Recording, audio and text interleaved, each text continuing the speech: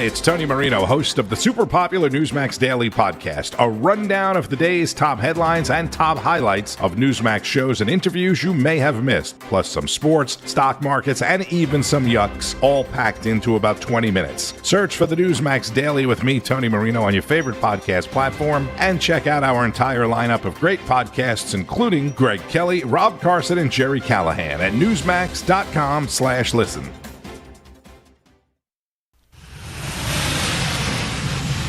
Now,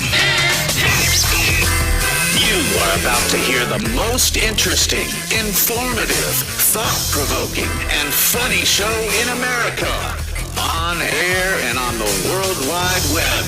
This is the Rob Carson Show. Last election, did we kick ass?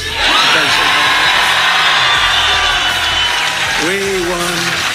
That means we won 3 times in a row, as you know. Yeah, we did.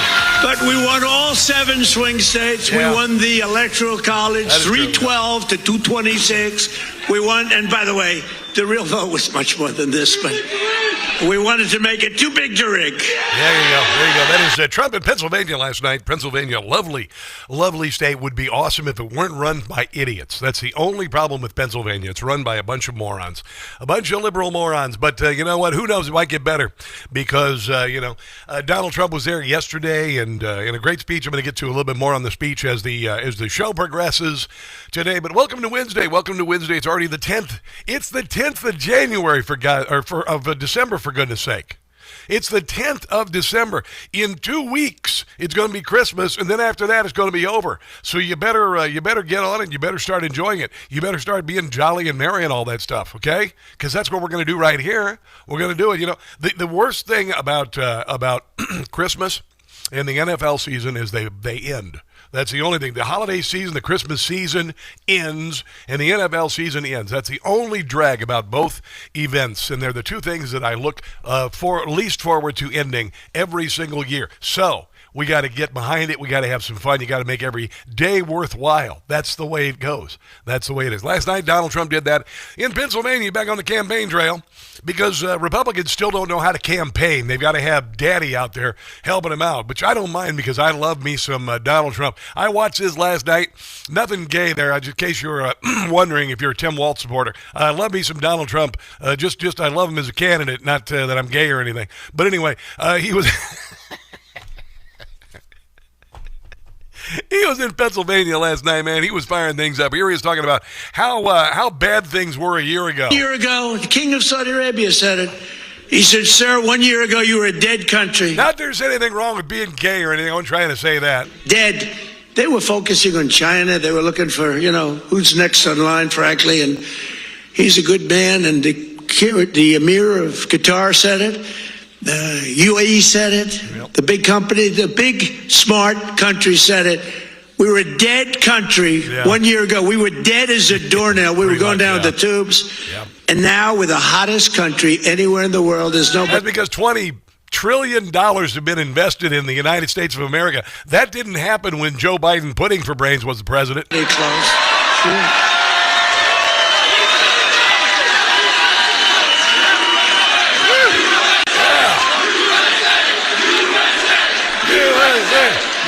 It was pretty fun. It was a lot of fun to watch. But everybody's freaking out because the Miami mayoral runoff, a Democrat won. Oh my God! This surely portends the death of the Republican Party in the midterms. No, you're high. Only about 30,000 people voted, and the woman who won did not run from the left. Okay, she was not running from the left side of the political equation. She wasn't saying, "Hey, I want little boys to have their penises cut off to become girls" or anything like that. So there was that.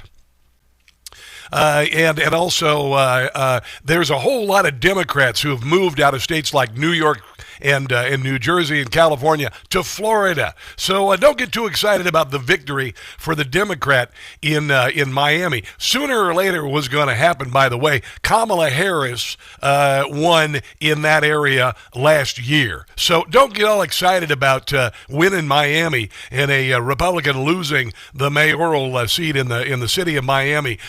Miami still does kind of lean left, and if you're concerned about Hispanic votes and all that in the southern border. The people who really vote in Miami are Cuban, not Hispanic. If you just call them Hispanic, you're missing the boat. There are a lot of people who speak Spanish, but there are Cubans, and Cubans they vote Republican. So there you go. I wouldn't put a whole lot of weight behind this. Miami, like 30,000 people in a city of like 1 million people. Really, that's who voted for. It's like Zoran Mondami. You get enough idiots out there to vote for Zoran Mondami, a bunch of people who don't want to assimilate into the culture, who came here from other hellhole countries and hate America. You get enough of them to vote for somebody, and then they can win, you say. But I wouldn't worry too much about it. Here is Donald Trump last night talking about some of the great news in the economy. And by the way, and I told you this, and you can say whatever you want. This economy is already on fuego. We are digging ourselves out of a hole that Joe Biden dug because he was a terrible president. The economy was terrible. I have so much evidence of it. It's not even funny. It's ridiculous to think otherwise. If the Democrats have whipped out this term called affordability, and they because people like to forget stuff. Democrats forget everything there, and they're easily distracted. So you say, affordability. Oh, yeah, right now I can't afford my house payment. Well, why can't you afford your house payment? Well, I don't know, because Joe Biden doubled the price of houses when he was the president and then tripled the prices of interest rates, you morons, okay? That all happened 4 years ago. But right now, we've already gained $1,200 on wages. We've already gained $1,200 from the $3,000 that were lost when Joe Biden was the president.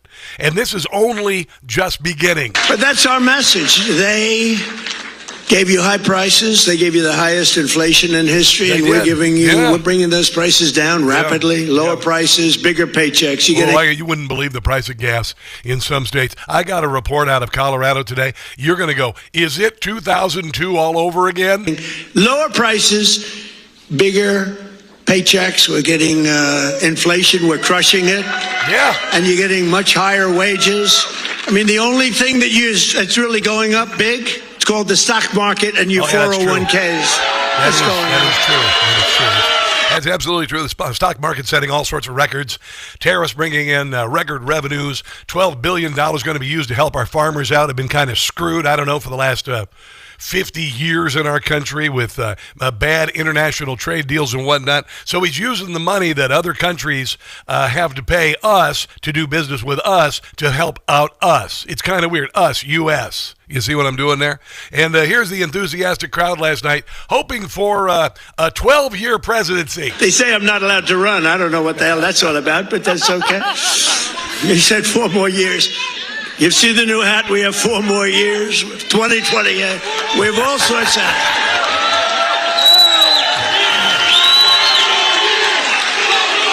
4 more years. Oh, it drives him crazy. It drives him crazy. Crazy.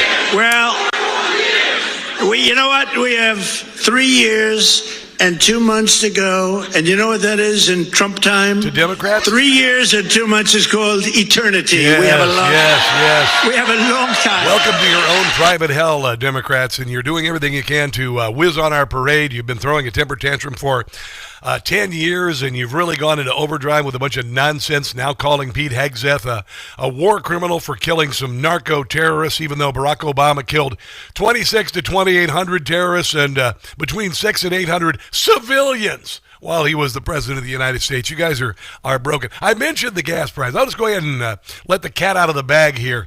I don't know where that came from. Cat out of the bag. But anyway, this is what's happening with gas prices. You may have noticed since I moved to the Northern Virginia. I got here gas price about $3.30 a gallon. Now we're in the 250s, 260s range, but it gets even better in states that are run by Republicans generally, and in the state of Colorado. Yeah, we opened the Fox 31 video hall today to find that story. This was June of 2001. Drivers complaining about gas prices at the time hovering around $1.70 or $80 a gallon. Tonight we're finding that again. Our crew spotted one gas station, this one near Evans in Quebec, advertising $1.69 a gallon, and this time drivers are not complaining at all. $1.69 a gallon. 31's Anna Kuhn with what's behind it. Gas is $1.69 a gallon right now at the Quick Trip on the corner of East Evans and South Monaco Street. That's the cheapest price you'll find across the state, according to Gas Buddy, and also one of the cheapest in the entire country. There was a long wait line at a Denver Shell station this afternoon on the corner of East Evans and South Quebec Street.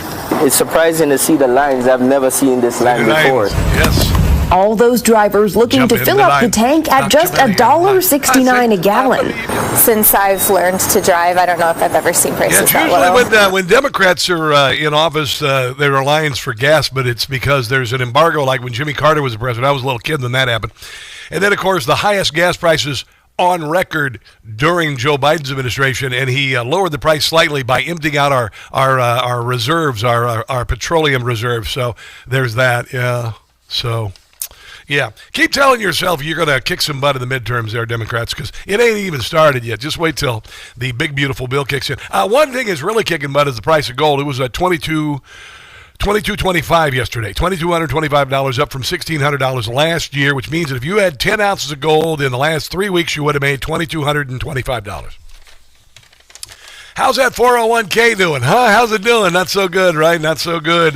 By the way, right now, because, silver and gold, it's the season of silver and gold. Birch Gold is doing silver with your gold, $5,000 invested in Birch Gold, free ounce of glorious silver, which has gone up 60% in value since last year. So you're not purchasing anything. You're investing in gold, and you're getting a little free bow that you can give to the kiddies in a stocking, or you can do the Advent calendar, whatever you want to do. It ends on the 22nd, which is just 12 days of Christmas away from now. So you might want to get on it right now. Text my name, Rob, to 989898, Rob to 989898. For Birch Gold, you'll get information, no obligation, but you want to get on the gold and silver bandwagon, on the Polar Express of gold investment. I'm kind of stretching on that one. Anyway, text Rob to 989898 for Birch Gold, silver and gold offer, which ends in 12 days of Christmas. Let's take a break and come back. This is the Rob Carson Show.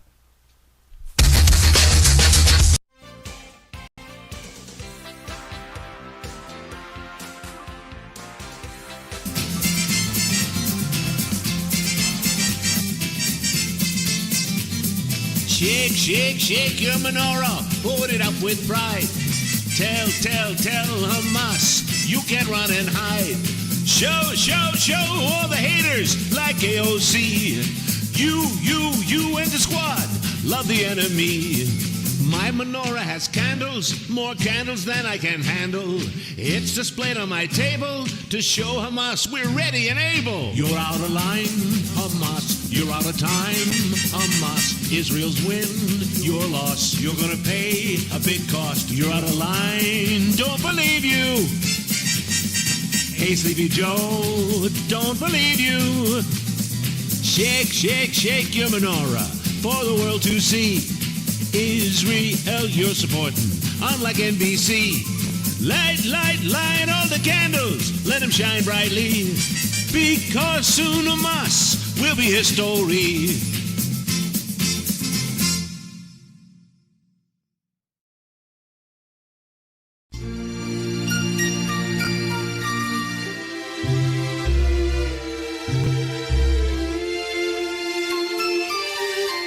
Excess winning, he is thinning out the drug dealing trade.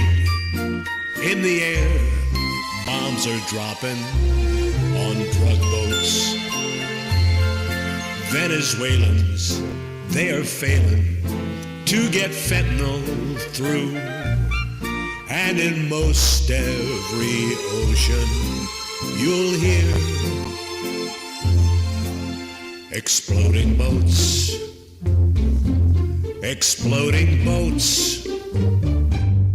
taking out all their drug shipments. But Duro's sad, been hurt bad. Soon he will be overthrown. Bombing boats, their drug boats, will be blown up today.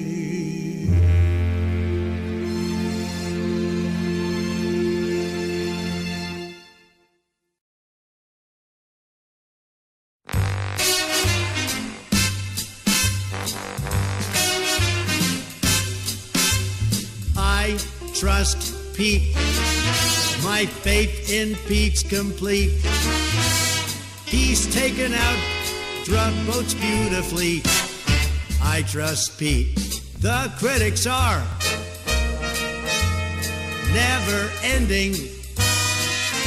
Drug traffickers, they're defending. I repeat, blowing up their boats is neat. We got the right man for the job because I trust Pete. Pete Hegseth is a real hero. Proof he did wrong. They have got zero. Good job, Pete. You have pulled off quite a feat. Cutting down the flow of fentanyl, you can trust me.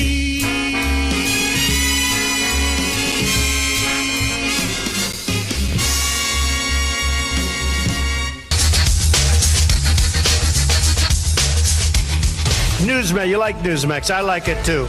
Newsmax has been terrific. President Trump is right. Millions like you are tuning into Newsmax. You're watching Newsmax on cable. You're going to our streaming channel, Newsmax 2, and you're downloading our free Newsmax app on your smartphones and TVs. Every night, watch great shows with Rob Schmidt, Carl Higbie, Rob Finnerty, and more as they expose the big media lies, the Washington swamp, and they're never afraid to talk about faith, freedom, and the values that made us great. Find out why Newsmax is the fastest-growing news channel in America. Make the switch today. The Rob Carson Show podcast is everywhere. Go to newsmax.com/listen for details. Transgender for every member in your family. If they're not feeling well that night, let's just change their sex. Now, let's not talk about it. Let them go and let them fight to get these things. I think open borders are great, where prisons are emptied into our country, right? Yeah, they did that. Yeah. We have people from all over the world being dumped into our country, the people that aren't wanted in their countries, by the way. I think that's a great, like Somalia. Welcome. Yeah. Ugh. Do we have any individuals from Somalia in the group? Please raise your hand. That's for Minnesota, That's called the Great Big Minnesota Scam with one of the dumbest governors ever in history. Yeah, by the way, that governor should have already resigned by now for presiding over the theft of billions of dollars, and everybody knew about it. Give me a friggin' break. Nobody was clueless in this. The AG of the state of Minnesota did not know. Here we go, saying, well, it's either incompetence or there's corruption. Well, obviously, nobody is incompetent enough to not notice, the autism rate and the amount of money for autism going from $4 million to $400 million in a couple of years. Seriously. I mean, honestly, we're not stupid. And Ilhan Omar needs to be tried, convicted, and expelled, not from Congress and from the country. I mean, are you out of your minds? This is the largest theft, the largest robbery in world history, and we're just scratching the surface of it. This is like robbing a bank 1,000,000 times over, except it was done with politicians and their cronies. And because that is the case, then nobody is questioning, like Ilhan Omar on CNN. Did you have anything to do with it? When you got the $250 million for your constituents for this Feed the Kids program that went on and nobody got fed, did you have anything to do with that because they're your constituents? And one of the restaurants that stole $12 million, you had a campaign victory rally in the restaurant. You glad-handed the owner. And also, you moved here, you're worth $65,000, and now you're worth $30 million. Are you kidding me? Are we this stupid? We've got to see people go to jail for this. I'm not getting off this. We have to see people go to jail for this. And then it's got to spread across the country to Democrat states, including Gavin Newsom in California. $26 billion in homeless is going to fix the homeless problem. It's only gotten worse. Nothing has been done. The money has disappeared into the ether. The same goes with Illinois. The same goes with billions, hundreds of billions of dollars in SNAP benefits in Democrat states. They refuse to turn over the data about who's getting these benefits, how much they're getting. It's a giant, massive, largest criminal cartel in world history. The largest criminal cartel in world history. And I would venture to say the largest organized crime family in world history. And you know, it was kind of funny. This is apropos of nothing. Jim Gossett reminded me of some classics that we had here. And I was thinking about the organized crime family of the Democrat Party and the deep state, a lot of Republicans too. And Jim reminded me of this classic bit that I want to play for you about another organized crime family. 'Twas the night before Christmas at the Goodfellas bar. Some mud in my crew had just bought a new car. Take the Cadillac back and the fur coat too. You're gonna get us pinched. That's what you're gonna do. Then who should walk in after 10 years in the can? But Tommy DeVito's least favorite made man. With his shiny suit and his matching spats, I knew in a moment it must be Billy Bats. Hey Tommy, where you been? I haven't heard a peep. Go get your shine box, you little creep. Tommy replied, Hey Billy, I don't shine shoes no more. The next thing I know, Billy's dead on the floor. Throw him in the car. I know a spot. It's out in the sticks in a vacant lot. Yeah. As we drove along, there arose such a clatter. I said, Henry, pull over, see what's the matter. I heard Billy Batch yell, half dead and half drunk. I'm still breathing, fellas, back here in the trunk. I should have let Tommy shoot him back then when he could. This time, let's make sure we kill him for good. Yeah. So we stabbed Billy Bats until he was dead. Took my mother's knife and cut off his head. Oh, yeah, that's true. I feel bad for Billy. He should have let it sit. But he insulted Tommy a little bit. He did, a little bit. Merry Christmas, everybody. Merry Christmas. Merry Christmas, you mutts. There you go. That is the Goodfellas Christmas Jim Gossett classic. By the way, if you want to help Jim Gossett out, go to patreon.com/Jim Gossett Comedy. $10 a month, and you'll get all those thousands of pieces of production that he's done. Donald Trump last night was talking about the surviving National Guardsman here in Washington, D.C., and how he's doing. And I thought it was a delightful story to tell everyone. Andrew is the second one, who's also from West Virginia National Guard. Incredible people. And so they were both from West Virginia. And his mother's named Monica.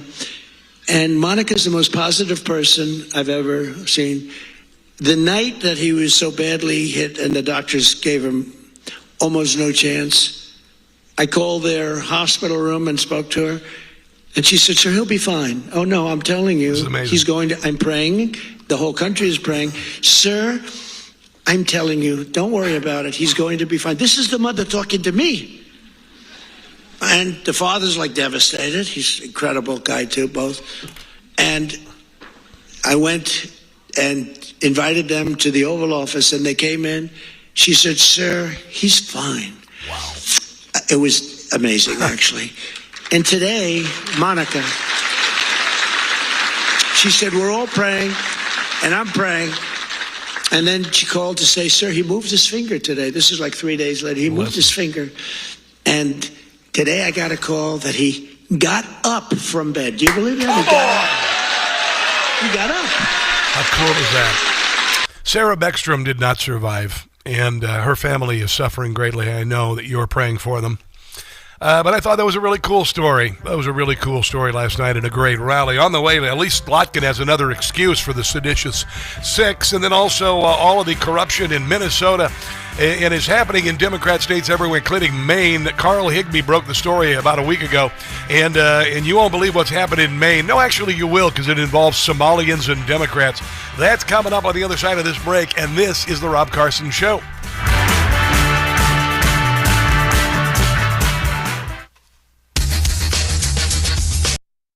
Hey guys, it's Carson. Normally I wake up at 2:30, 3:30, 4:30 in the morning. A couple of months ago, I was awakened by something unusual for a change. The sunrise. I discovered Beam's Dream Powder. I'm telling you guys, it's miraculous. At night, I have a little shake. I use a banana, some ice, some vanilla yogurt, a little bit of milk, and my Beam's Dream Powder. Chocolate brownie flavor. It's really good, by the way, and it makes you sleep beautifully. Beam is a company founded in America, run by people who share our values, hard work, integrity, and they deliver results. Beam's Dream Powder is a healthy nighttime blend packed with science-backed ingredients shown to improve sleep. It's made with a powerful blend of all natural ingredients, reishi, magnesium, L-theanine, apigenin, and melatonin. So if you've been waiting for the right time to try Dream, this is it. Go to shopbeam.com/Newsmax. That's shopbeam.com/Newsmax. Take advantage of my exclusive offer for up to 40% off. So with my discount code Newsmax, you can get their best-selling Dream Powder for just $39. That's $1.25 per night. So go to shopbeam.com/Newsmax today. That's shopbeam.com/Newsmax today.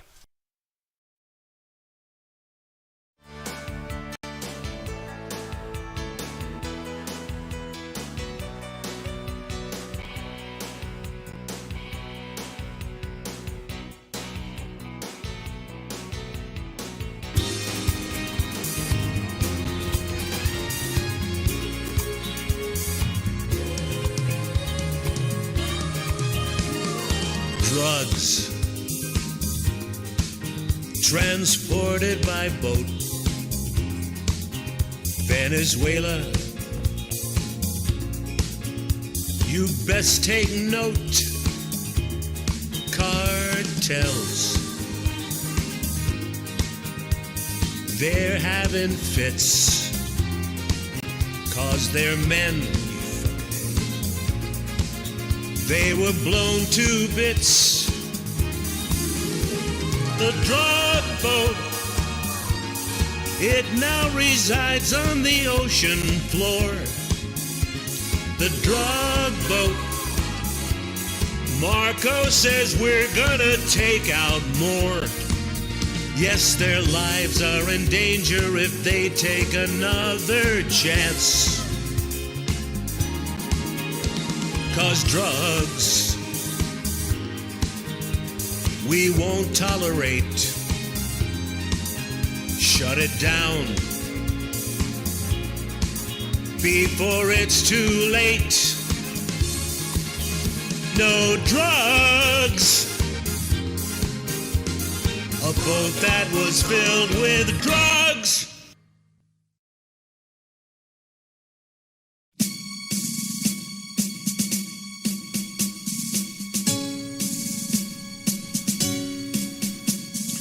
Breaker 19, this here's the Iceman. You got a copy on me, Pigpen? Come on. I was just passed by a gang of truckers I ain't never seen before. They were yelling out their windows, "Death to America." Yeah, we definitely got the front door. Mercy sakes alive. It looks like we got us an Al-Qaeda convoy. ICE just arrested a terrorist in a truck. The fact that he ain't hurt no one, well, that's just total luck. He was here illegally for jihad, he is called. Only a liberal Democrat wouldn't be appalled. We got a terrorist convoy here illegally. They could pose a major threat, a threat to you and me. Terroristic truckers, wonder what's in their load. Wouldn't be surprised if a rig of theirs explodes. Convoy. We'll catch you on the flip-flop, Pigpen. This is the Iceman. Over and out.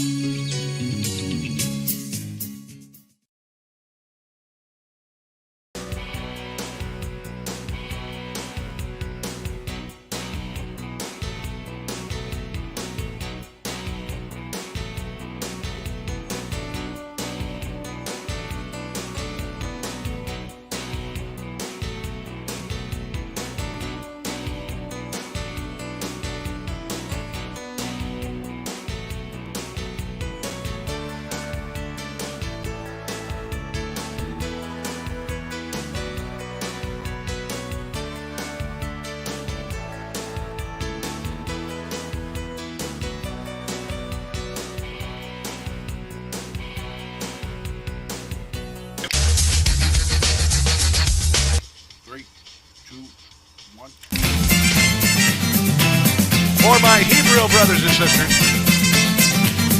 Shake, shake, shake your menorah. Put it up with pride. Tell Hamas you can't run and hide. Yeah. Show all the haters like AOC. You and the squad love the enemy. Ilhan. My menorah has candles, more candles than I can handle. That's true. It's displayed on my table to show Hamas we're ready and able. You're out of line, Hamas. You're out of time, Ilhan. Hamas. Israel's win, your loss. You're gonna pay a So big hot. cost. You're out of line. Don't believe you. Hey, Sleepy Joe, don't believe you. Goodbye, Joe. Shake, shake, shake your menorah for the world to see. Hey, Israel, you're supporting, unlike NBC. I do. Light all the candles. Let them shine brightly. Because soon Hamas will be history. Yeah, pretty much so. They're just living in a tunnel. They don't have any backup, and Iran has been cut off. My, how things have changed in a year. I played that because my Hebrew brother in Baltimore, Mark, was on the line, and he is right now. Hello, Mark. How you doing, my brother?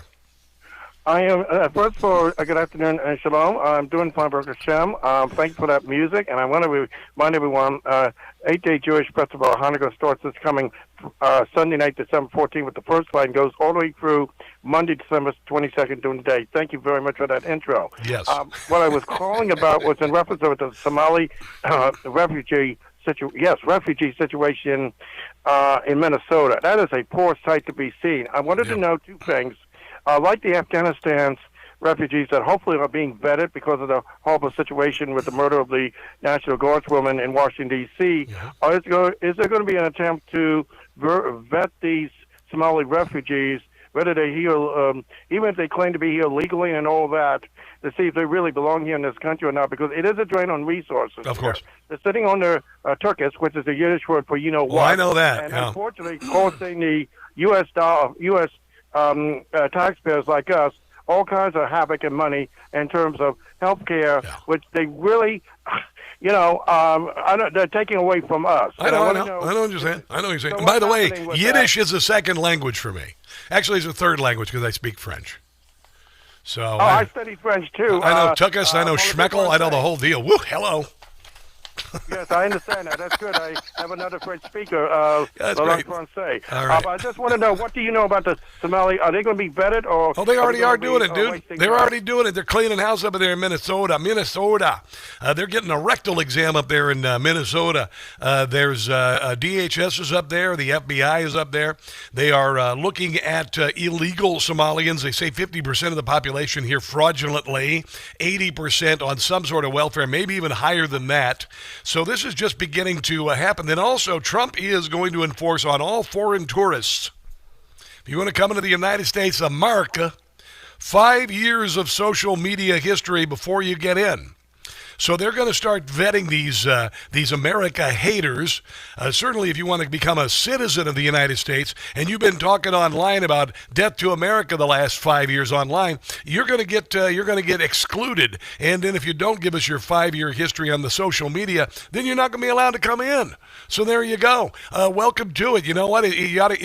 America is a private club, man, and you got to apply for membership. You got to be the best of the best, not like Somalia, which is the meth lab trailer park of the world. So there you go. That's one of the things they're doing. How's that sound? That is fun. Well, listen, I just wanted to wish you Toda Rabah in Hebrew, merci beaucoup in French, and thank you very much in English. You too, bro. I wish you in advance a happy Hanukkah. How was that? Hold on. How was that? You said thank you in Hebrew. How do you say that? Toda Rabah. Toda Rabah? Toda Rabah. Toda Rabah. Yes. All right, brother. I appreciate you. Thank you. All right. You do. Shalom. I got to get I've got one of those electric menorahs with the the little lights and all that, and so I'm going to be putting that in the window. It'll be burning. I didn't go crazy on I got a little Norfolk pine in the Groovy Pad apartment, and then I have these lights on the LED lights on the spiral staircase to the loft that you can turn from red to green, because that's my life now. It's my life now. Oh my God. Oh yeah. You know what I think we need? I'm gonna do Elise Slotkin. That sounded weird. I'm gonna talk about Elise Slotkin in a second. We love to win. Winning, so much winning.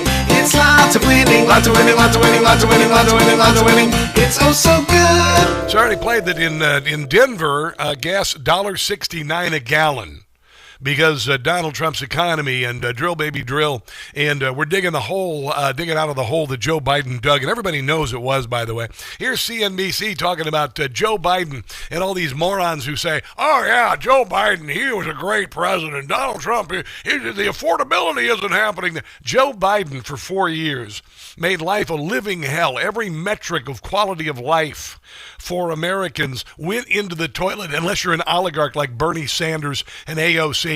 And, of course, Ilhan Omar, who went from $65,000 net value to $30 million. And I am going to contend quite openly, she stole it. She's freaking corrupt. She needs to be indicted, tried, convicted, removed from Congress, and then booted the hell out of the country. But the affordability issue is from the 22% increase in prices and inflation under Biden. Oh, it was higher than that. If you wanted a used car, it went up at least 50%. The average price for a new car right now is $27,000 a year.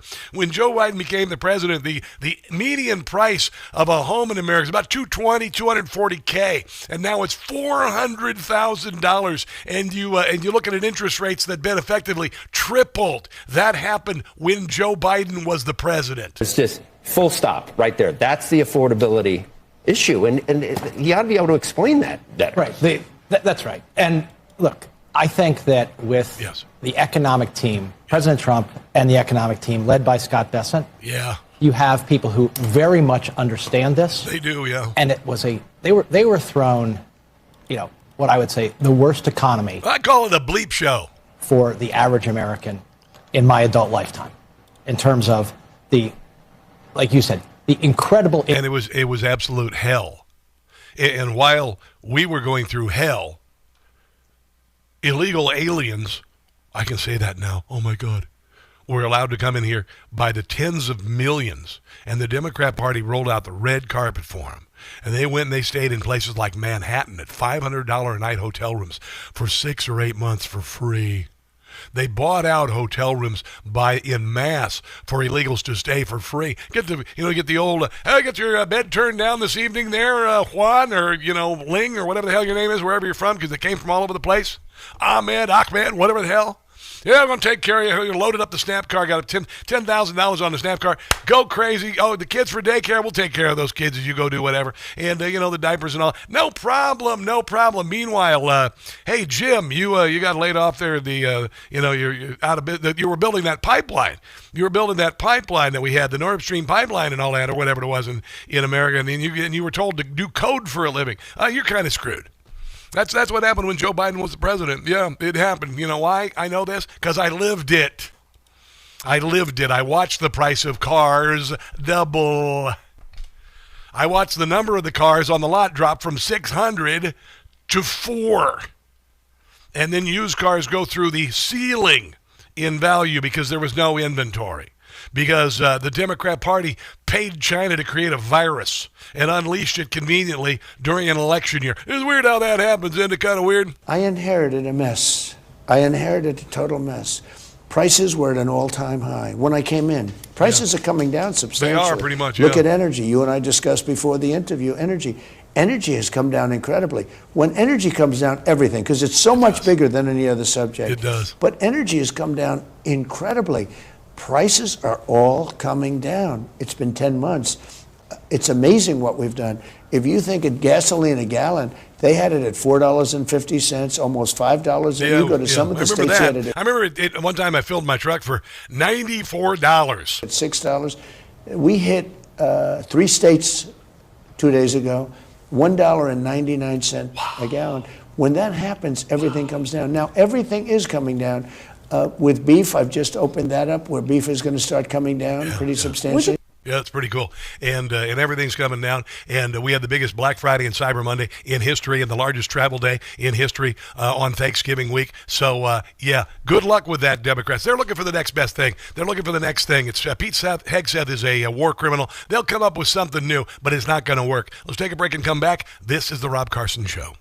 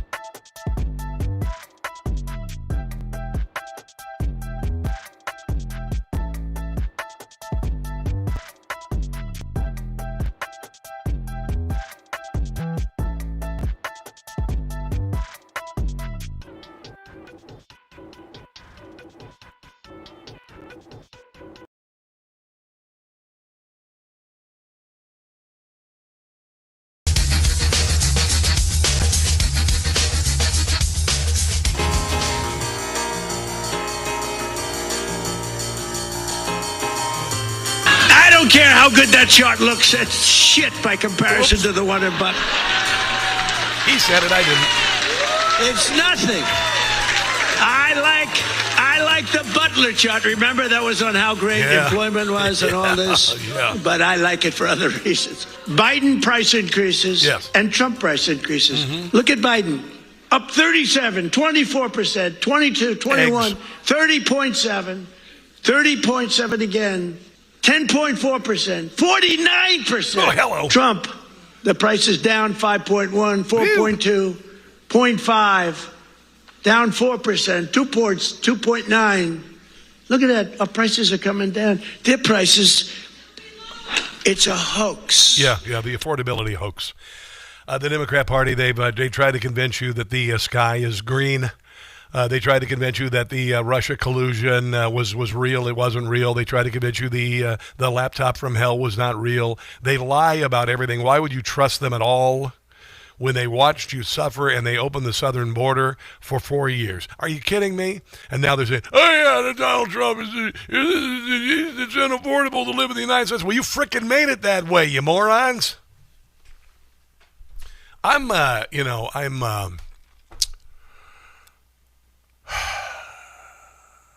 know, when you get a divorce, you go through phases. You know, you're really angry, and then you're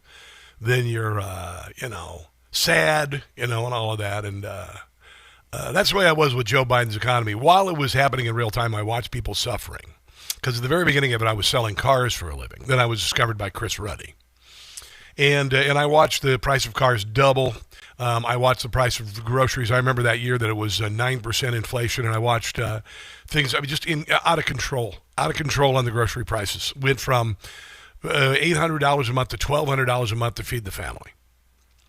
And it was, and I saw people working 2 jobs, people working at the grocery store. I told you this, working themselves to death. People in their 70s and 80s working themselves to death. There's your life. There's the end of your life. You got to come back and work at a grocery store until you die.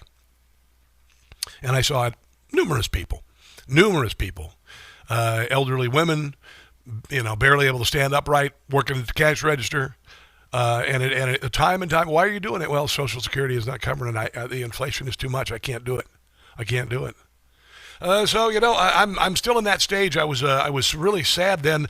Now I'm just pissed, and I'm not going to let it go. Because they're pissing me off more when they lie about it. And they say, oh, yeah, Donald Trump's economy is terrible. That's the next thing. And it is failing, by the way. It's failing. This year it's been Signalgate. Elon Musk is a Nazi with Doge. No kings, no oligarchs. Shut down the government. Pete Hegseth is a Nazi. Affordability. Shut up. Oh, yeah, Donald Trump didn't destroy the Iran nuclear site. Yeah, he did. He kicked their asses. But, I'm done. I'm done with your nonsense, Democrats. I'm done with your nonsense. I got to hear this. This is Andy Bashir talking about Joe Biden. And Donald Trump did not cure inflation on day one. He said he would. Joe Biden ran on curing cancer. He said, I'm going to cure cancer. If you vote for me, I'm going to cure cancer. Let me see if I still save that soundbite. Hold on 1 second. Joe Biden literally promised he was going to cure cancer. Here he is in 2020, going to cure cancer. I promise you, if I'm elected president, you're going to see the single most important thing that changes in America is we're going to cure cancer. That is so weird because my mother-in-law died the last year of the Biden presidency of cancer. Isn't that weird how that happens? Why is he not being held accountable for not curing cancer? Oh, you people just suck. But here is Andy Bashir. Donald Trump did not cure inflation on day one, but Joe Biden didn't either. It's because his economy was for tomorrow. Does the former administration deserve at least some of the criticism? Well, the former administration was attempting to build the economy of tomorrow. Yeah, they think, it's going to suck a long time, and eventually it's going to get better, and then we'll take credit for it. Investing in really important industries like EVs, in chips, in areas for our national security that we've got. How'd that EV thing work out? Catch up with the rest of the world. Were they successful at that, Governor? What our families have said, that The Biden administration was building the economy of tomorrow. For the future. Focused on EVs, chips, and other areas that we have to catch up in for our own national security. But our families, we're saying we need the economy of right now. Now, wages were catching up to inflation, and this president, President Trump, was going to inherit a good, healthy... No, it was a crap economy, because you just said it was crap, and you said that it was going to be the economy of the future, you see. What you said there is completely nonsensical, but it doesn't surprise me, because you're a Democrat. Let's take a break and come back. This is the Rob Carson Show.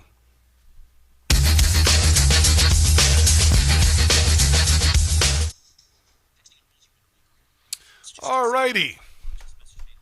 Let's look over here on the interweb. I don't see a lot on YouTube. What's going on with YouTube today? I only see a couple of people watching on YouTube. What's going on? I'm only seeing Deplorable Dinosaur. I don't know what that is. Let's go over to Rumbley-Roo. Everybody's watching. The Dems are a cancer. Yeah, an incurable cancer. A grotesque malignancy is what they are. Let's see who he's got here. My daughter-in-law had all kinds of things she had to go through to provide to get her a visa to come here. I was talking to my dad about it one day. He said the rules were the same for him in 1962. Yeah, it was. And then the Democrat Party decided to screw us over. Let's see. Prani, hello. Finally got home. Where'd you go? Vicky Stevens, hello. Hello, Sean Syriac. Good to see you today as well. All you guys watching on the Twitter. Got a lot of people watching on the Twitter. I'm going to be off for Christmas next Friday, so I'm going to get lots of comedy in and everything in the next week and a half. Just want you to know that. And I need a break, brother. Ooh, Doja's chemo. They're refusing treatment, however. All right, I got to talk here.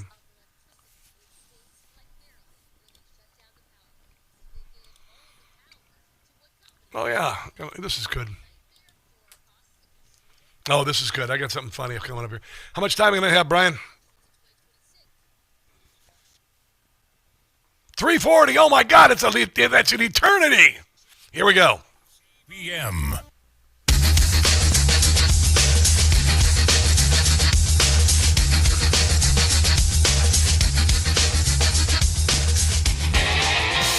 President Trump has addressed a lot of my concerns, brought the price of gas down.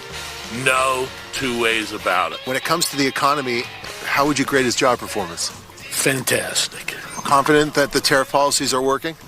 Yes. How's the Trump economy treating you?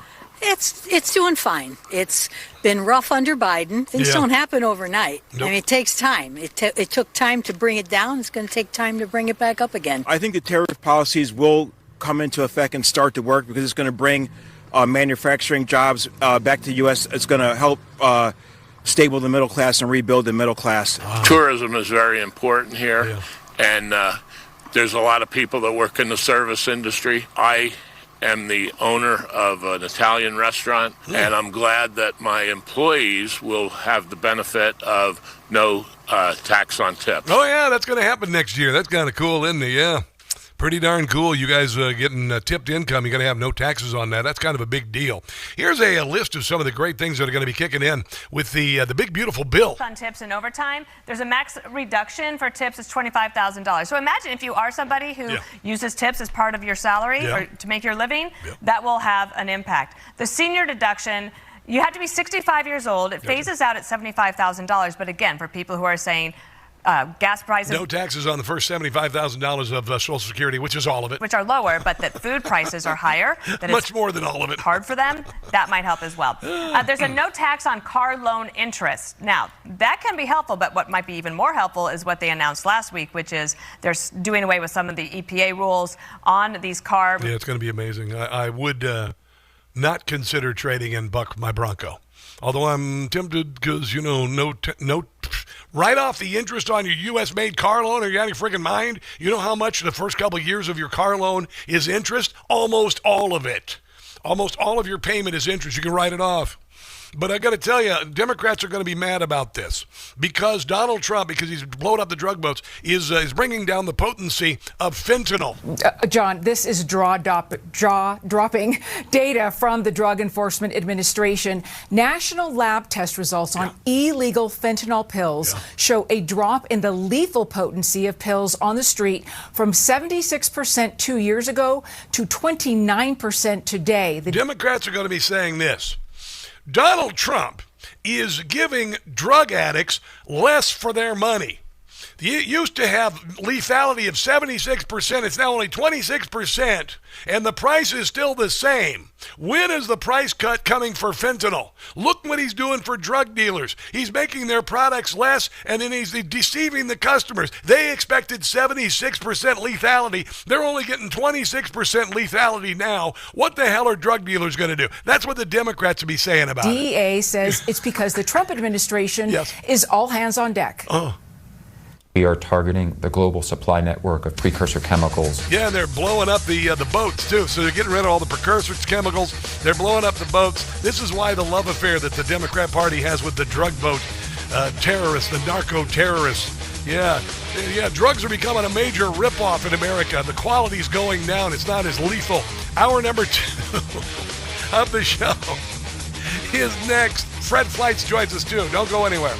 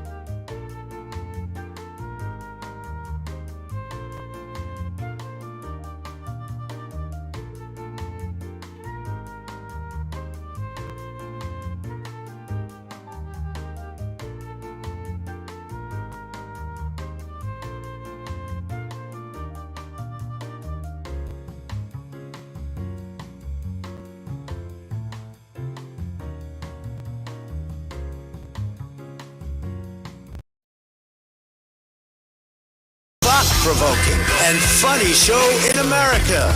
On air and on the World Wide Web. This is the Rob Carson Show. This is hour number 2 of the Rob Carson Show. Joining us at the bottom of the hour is Fred Fleitz. He's always awesome. Former NSC Chief of Staff, CIA analyst and all of that. Senior fellow. That's pretty fancy. America First Policy Institute. Going to be talking about a lot of stuff, including Trump's national security strategy. No, I'm not Jasmine Crockett. Strategy. Tough love to save Europe. We'll talk about that and other things because there's, international stuff going on. And all of that. And, of course, new comedy from Jim Gossett, among other things. Tim Walz and Gavin Newsom did a podcast together. I don't know what I would listen to it, but anyway, they talked about masculinity. Have you seen the video of Gavin Newsom when he was doing, was it the New York Times thing, and he had his legs twisted around like he was Stretch Armstrong or something? Like a girl version of Stretch Armstrong, Just really, oh my God, he will never be the president. I just want to say that right now. And of course, neither will Tim Walz. But anyway, Tim Walz thinks that somehow these guys have something to say about masculinity. Let me just tell you something. Masculinity is not about being able to change your spark plugs or retire. Masculinity doesn't necessarily mean you can shoot a shotgun. All right, there's a combination of things that make you masculine. And masculinity is not toxic. We've been told that masculinity is toxic. No, because masculinity fights wars. Masculinity plows fields. Masculinity goes, works lobster boats. Masculinity does the dirty work. Masculinity does the heavy lifting. Masculinity does the high-rise welding in the middle of nowhere. Masculinity runs into houses and carries people out on their shoulders, burning houses. Okay, so let's just get off the toxic masculinity crap. That went nowhere. It was a joke. If you want to talk about toxicity, talk about toxic femininity. The toxic femininity of Jennifer Welch. Is it Felch? No, it's Welch. It's Welch. Jennifer Welch. Okay, so there's that. I always miss that. Who else? What about Kamala Harris? What about Hillary Clinton? What about the toxic Karens who are always the spokespeople when it comes to being out at these idiotic rallies and whatnot? These toxic Karens who have taken over the Democrat Party. What about that? I think I got let me see, Caitlin Bennett. Here's Caitlin Bennett out the other day being attacked by Karens. This is the definition of toxic femininity, and they're Karens. Call 911. Would someone please call 911? I'm not going to talk to you about this any longer. Why not? Because I don't know if I can trust you. Could we put her picture on your protest sign? Would you stand up for her who was killed by an illegal immigrant while jogging? All immigrants are not criminals, and that is my last word. Karen. Would you put her picture on your sign? Call 911. Would someone please call 911? Call 911. I don't have an answer. She's got to be arrested. I'm being harassed. Her speech is disinformation. I asked her to walk away. She is not. Please call 911. Back up. You're in Don't touch my stuff. You're in my Don't touch my space. stuff. Get away from me now. Away from me before I punch you. Excuse me? Goodbye. Yes, she is. She's following me, and she's putting the microphone in my face. And yeah, that's Karen. That's toxic femininity. And that is indeed toxic. All right, being a strong man, being a football coach, is not toxic. But here's two of the most, the soyest of the soy boy meets, I don't even know what he is. He walks and waves like, he's a Broadway star or whatever. So here's Tim Walz and Gavin Newsom talking about masculinity. But I think this notion of toxicity and masculinity needs to be separated. Oh my God! And I think it's been conflated. And I think we're going to have to work on that a little bit. And I think there is a crisis. I think some of us scare them. I think I scare. Okay, listen to this. Tim Walz thinks that he scares men like you and me. I'm just not talking to I'm just talking to everybody here. It's not just talking to the men. I'm talking about the masculine men and the women who love them. He says. Tim Walz says that he scares us. I'm a little bit why they spend so much time on it. No, I'm serious because I can fix a truck. They know I'm not bullshitting. I can fix a truck. I'm a masculine man. On this. Yeah. I'm not putting this in people's grill. I don't know. Oh, in my grill. Dear God, man, how old are you? My identity is not hunting. My identity is not football coaching. My identity is not, a beard and a truck. He thinks that those things make you a man. I gotta tell you, if they have no friggin' clue what masculinity is about, they have no friggin' clue what it is about being a man. About being a father, about being a husband, about being you're divorced! Yeah, I know I am. I did my very best, man. I did my level best to be a great husband and father. I failed in so many ways, but I succeeded in more ways than you can ever imagine. And that these two toads are going to tell Tampon Tim, the guy who lives in a stay-free maxi pad. He does. It's a very large home on Summit Avenue in St. Paul, and it's very big, so it's a maxi pad, and he lives there for nothing because he's government. So it's a stay-free maxi pad is what he lives in, and his name is Tampon Tim because he thinks that tampons belong in the boys' rooms. I mean, honestly, really, he's masculine. He's a man. And Gavin Newsom, are you freaking kidding me? Oust Tim Walz for dereliction. La la la la la la la la. Sound like masculine men. His explanation is pure fiction. La la la la la la la la la. Somalis, they have stolen millions, committed fraud, so much fraud. La la la la. It could run into the billions. Watch Tim Walz applaud the fraud. Tim did nothing about the stealing. Tim Walz was aware of what they took. Another case of dirty dealing. Tim Walz is involved because he's a crook. He is. The legislature should impeach him. Vote him out, throw him out the door. A lesson that would finally teach him. And Tim should go.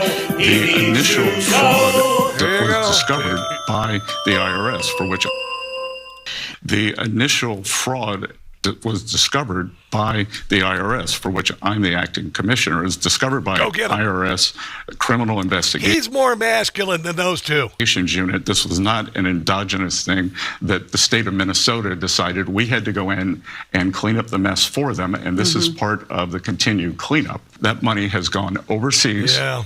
And we are tracking that both to the Middle East and to Somalia to see what the uses of that have been. These are people that do nothing but complain. They complain.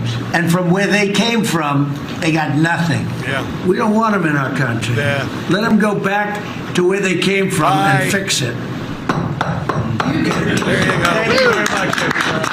We feel like there is an unhealthy obsession that he has on the Somali community, and an unhealthy and creepy obsession that he has. And you got to learn not to defraud the American people. Yeah, about tired of this nonsense. How about you? I don't even know why that music on the end of it. Second Democrat-run state hit by accusations of Somali fraud, with a woke lawmaker giving a vile answer to voters who asked him about it. Second Democrat-run state. This is Maine, by the way.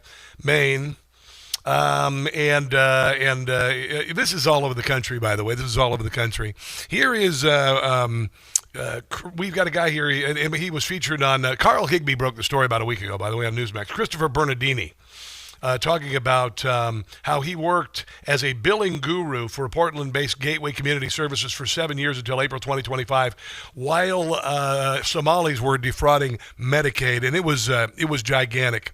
It was absolutely giant. Let me grab the soundbite here. Here is the soundbite now. Yeah, it's the man who ultimately founded and was the executive director of this social services agency here in Lewiston, Maine, and in other parts of Maine, was at the same time last year running for president of Jubaland, which is a subsection of Doesn't that just sound like a Mad Max Beyond Thunderdome? Welcome to Jubaland. You must fight to the death. Somalia on the border with Kenya. His name is Abdullahi Ali, and in an interview, and this is where it gets real crazy, with Kenyan media, he openly discussed contributing money back to Somalia and paramilitary forces. Abdullahi Ali posted to his own presidential media page in a section we had translated. He said this. What? When I was away and abroad, the financial contributions I was sending back were being used to support the forces for buying bullets, ammunition, and food. It's just an absolute slap in the face to every Maine taxpayer that these funds that could be used to help Maine people, Maine veterans, Maine senior citizens, Maine families who are struggling are being funneled to Somalia directly. I learned that he was running for president of Jubaland, which is like a small country inside of Somalia, and that he had admitted to funding the militia groups over there. I guess that's part of Somalia? In Somalia. That's part of their thing that they do. Every president has a militia that they have to fund in order to run for president. Yeah, and so what'd you think about that? It's such a crap hole. It's the meth lab trailer park of the world. It's such a crap hole that to run for president, you have to have your own militia. I got more on this, but it's about the massive defrauding of the American taxpayer by people who shouldn't even be in the damned country. And fortunately, our president is saying, if you live in an S-hole country and you're just coming here to defraud America, and your country, you've been around for 1,000 years and you still suck, how about you just stay there? So that's all coming up. This is the Rob Carson Show.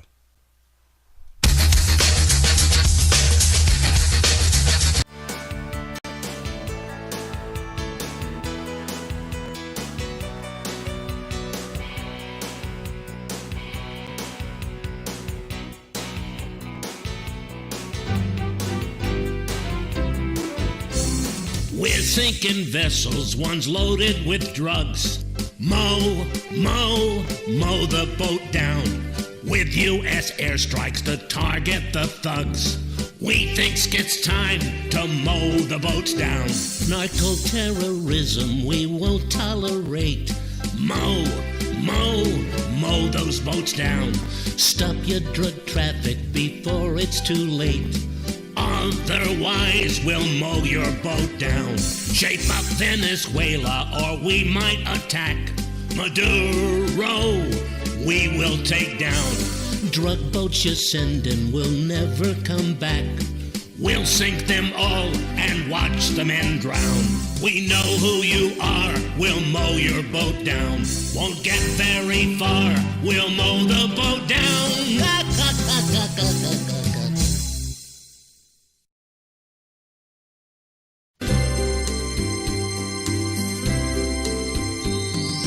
Rent-free, in libs' heads I'm living. The fits I am giving to Whoopi, Sunny, and Joy.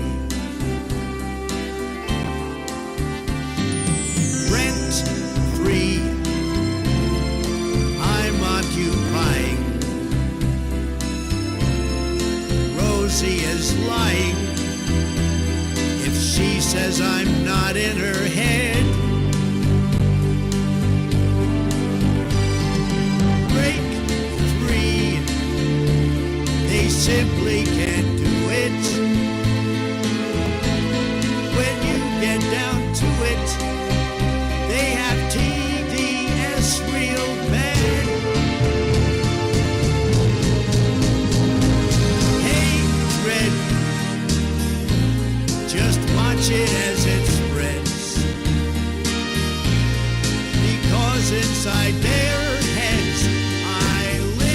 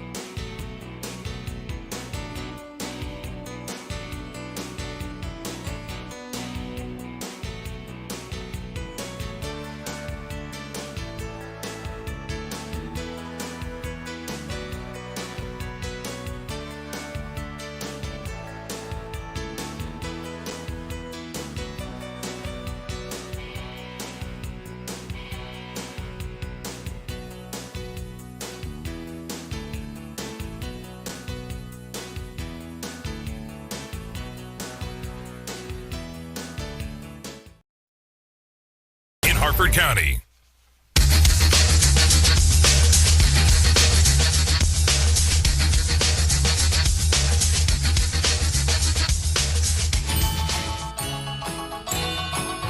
Bring joy to the world, it's the thing to do. But the world does not revolve around you. Don't be a jerk. He's more masculine than Tim Walz. It's Christmas. That is SpongeBob, by the way. Be nice to babies. Here is the president last night in Pennsylvania. Provided I can get it to play. Hold on one second. Let me start that again. Here is the president last night in Pennsylvania. I mean, it's considered about the worst country in the world, right? They have no military. They have no nothing. They have no parliament. They don't know what the hell the word parliament means. They have nothing. They have no police. They police themselves. They kill each other all the time. I love it. She comes to our country, and she's always complaining about the Constitution allows me to do this. Yeah. We ought to get her the hell out. She married her brother in order to get in, right? Yeah. She married her brother. You know, we're a kind and benevolent people, and right now, and we have been bee-slapped by the third world. We've got the Democrat Party who spent the last 30 years telling us how bad we suck, how bad our country sucks, and then inviting the dregs of the third world to come in here and take advantage of us, and then we complain about it. You say, well, you're racist and you suck. Do you understand how that kind of works? Destroy your self-worth, destroy the preciousness of being an American and how glorious it is to be here, so you can bring in the third world and load them up with largesse so they will vote and keep Democrats in power. Do you understand it now? Yeah, it all kind of makes sense, doesn't it? This is, by the way, there's a second Democrat-run state, a widespread Somali fraud, including this guy who is in office, and he was running for warlord in Somalia, by the way. This guy, we just mentioned his name a second ago, and the company's founder, this Medicaid, Maine's Medicaid program, Abdullah Ali, Somalian American who ran for president of Jubaland, the state in Somalia. They call it Jubaland. This is like Mad Max Beyond Thunderdome. It really is, right? It's exactly like Mad Max Beyond Thunderdome. I make no apologies for building a successful business in Maine. Sure, you didn't do anything. Working hard to earn a living, earning my PhD, giving back to my Maine community, sending money back to Jubaland. To Jubaland. He's running for Jubaland, where they have a Thunderdome. They fight to the death over there, but they're so weak from hunger they can't fight very long.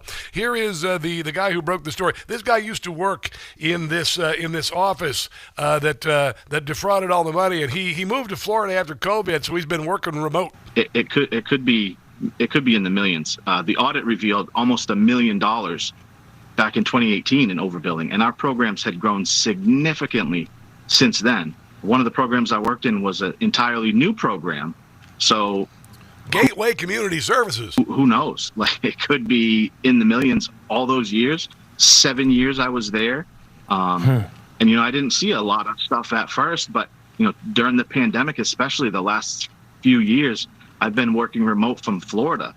And so I didn't see any of the people. I didn't see any of the staffs in person, none of that stuff. I just saw the massive amount of turnover, new people coming in. What else? A lot of migrant community getting jobs, a lot of new migrant clients, stuff like that. And like a lot of the stuff I just couldn't verify. Yeah, there you go. Yesterday, we heard a TSA agent at Minneapolis-St. Paul International Airport. A couple Somalians would come in, two Somali men, and they'd bring in a giant suitcase, and it'd be full of cash, and they'd take it back, and they'd search it and make sure that it was just cash and not anything else, and just let them go through. Just let them go through. Let them go back to Somalia and take their millions of dollars in cash with them. That's your taxpayer money, by the way. Here is this Christopher Bernini, who found out this in the state of Maine, how he put two and two together. I made a connection from Gateway to the Minnesota people by, them telling me about their family they had in Minnesota. The executives of Gateway, the Somalian executives, had family that they used to visit in Minnesota. Their family used to visit them from Minnesota.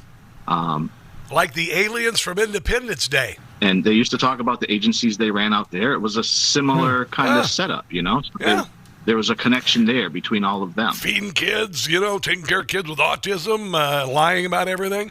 Christopher, how long had this been going on? You were at Gateway for quite some time. How long do you think this has been going on, this fraud?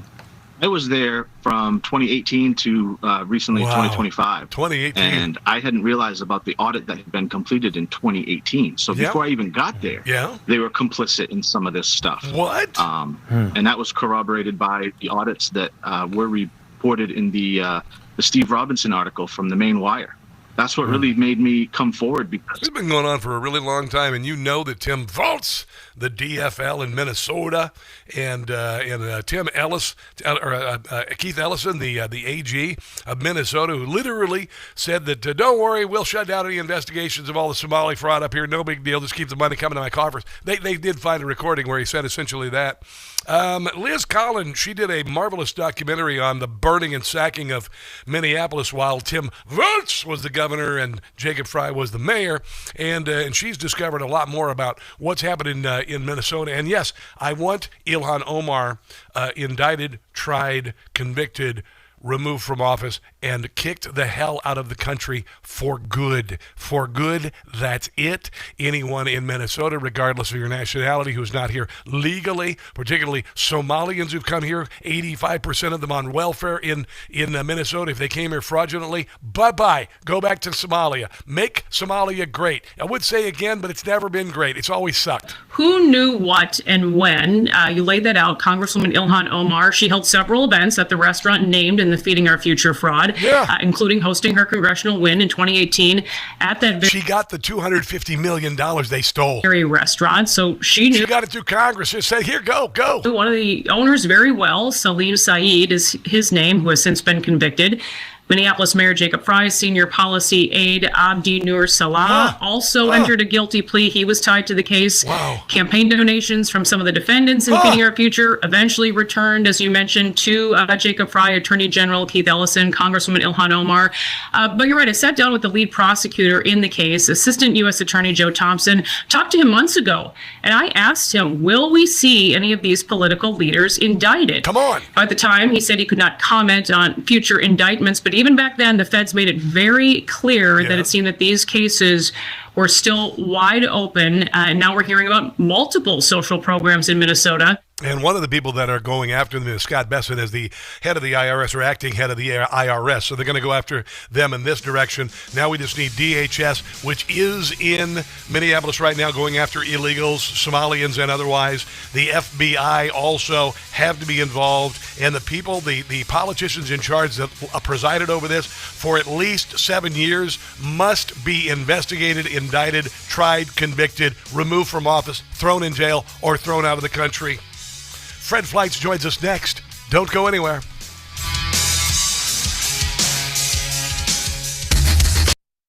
Hey guys, it's Carson. Normally I wake up at 2:30, 3:30, 4:30 in the morning. A couple of months ago, I was awakened by something unusual for a change. The sunrise. I discovered Beam's Dream Powder. I'm telling you guys, it's miraculous. At night, I have a little shake. I use a banana, some ice, some vanilla yogurt, a little bit of milk, and my Beam's Dream Powder.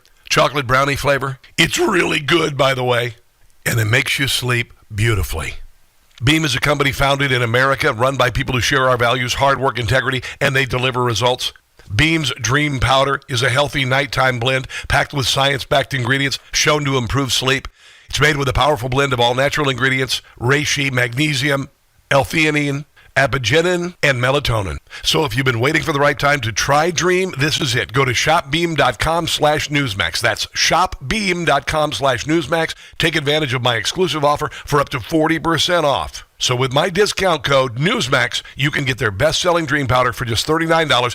That's $1.25 per night. So go to shopbeam.com/Newsmax today. That's shopbeam.com/Newsmax today.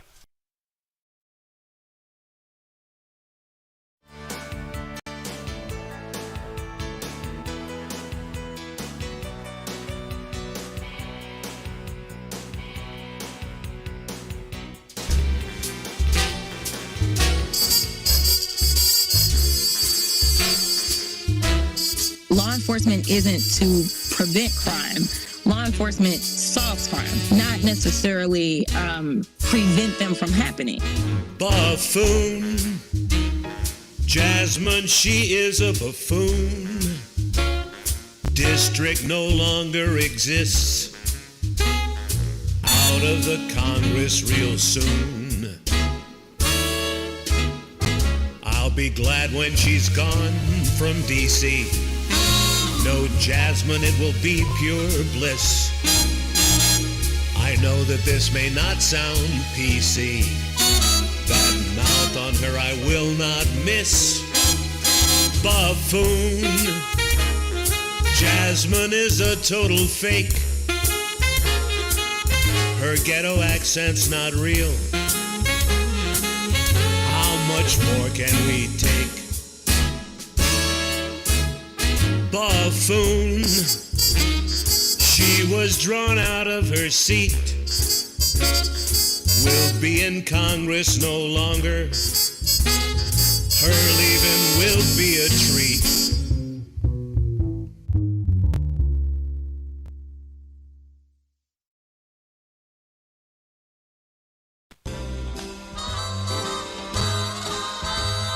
If you're illegal alien in the United States, this message is for you. You cannot hide from ICE. Avoiding ICE ain't easy. Illegals are so sleazy.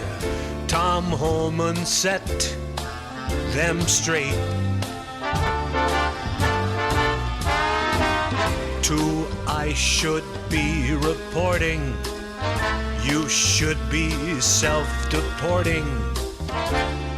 Leaving will be your fate. Back home is where you're headed. That's safe to say. And you won't make a stop along the way. No longer can you stay here. You've seen your final day here, 'cause you've committed crime. Avoiding ICE ain't easy. It is far from easy. Avoiding ICE ain't easy anytime.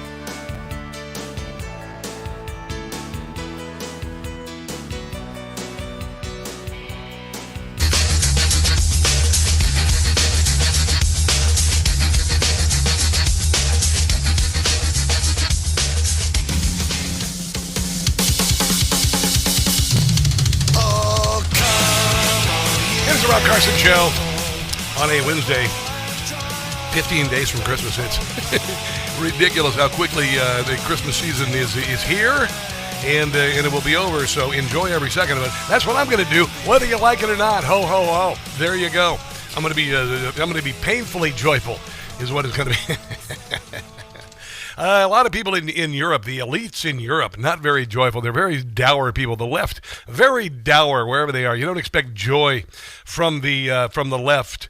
And Donald Trump would like to save Europe's rear end, like to pull their butts out of the fire.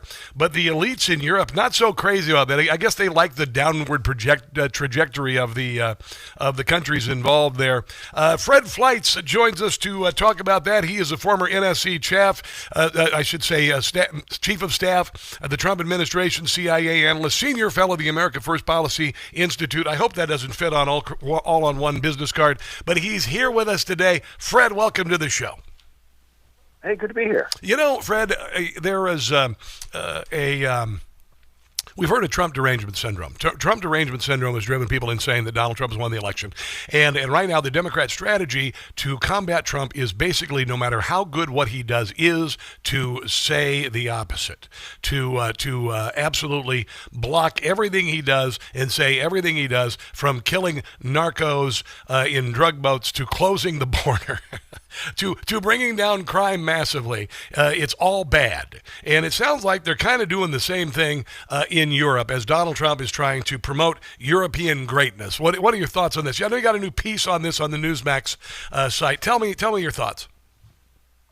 Yes, it's in our favorite publication, newsmax.com. Yes. And I talk about how the national security strategy section on Europe is not anti-Europe like these European elitists are claiming.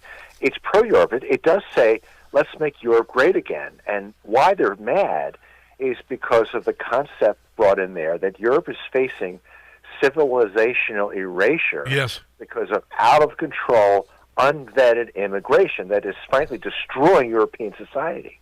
Yeah, and that's happening here. And we, fortunately, were able to nip it in the bud.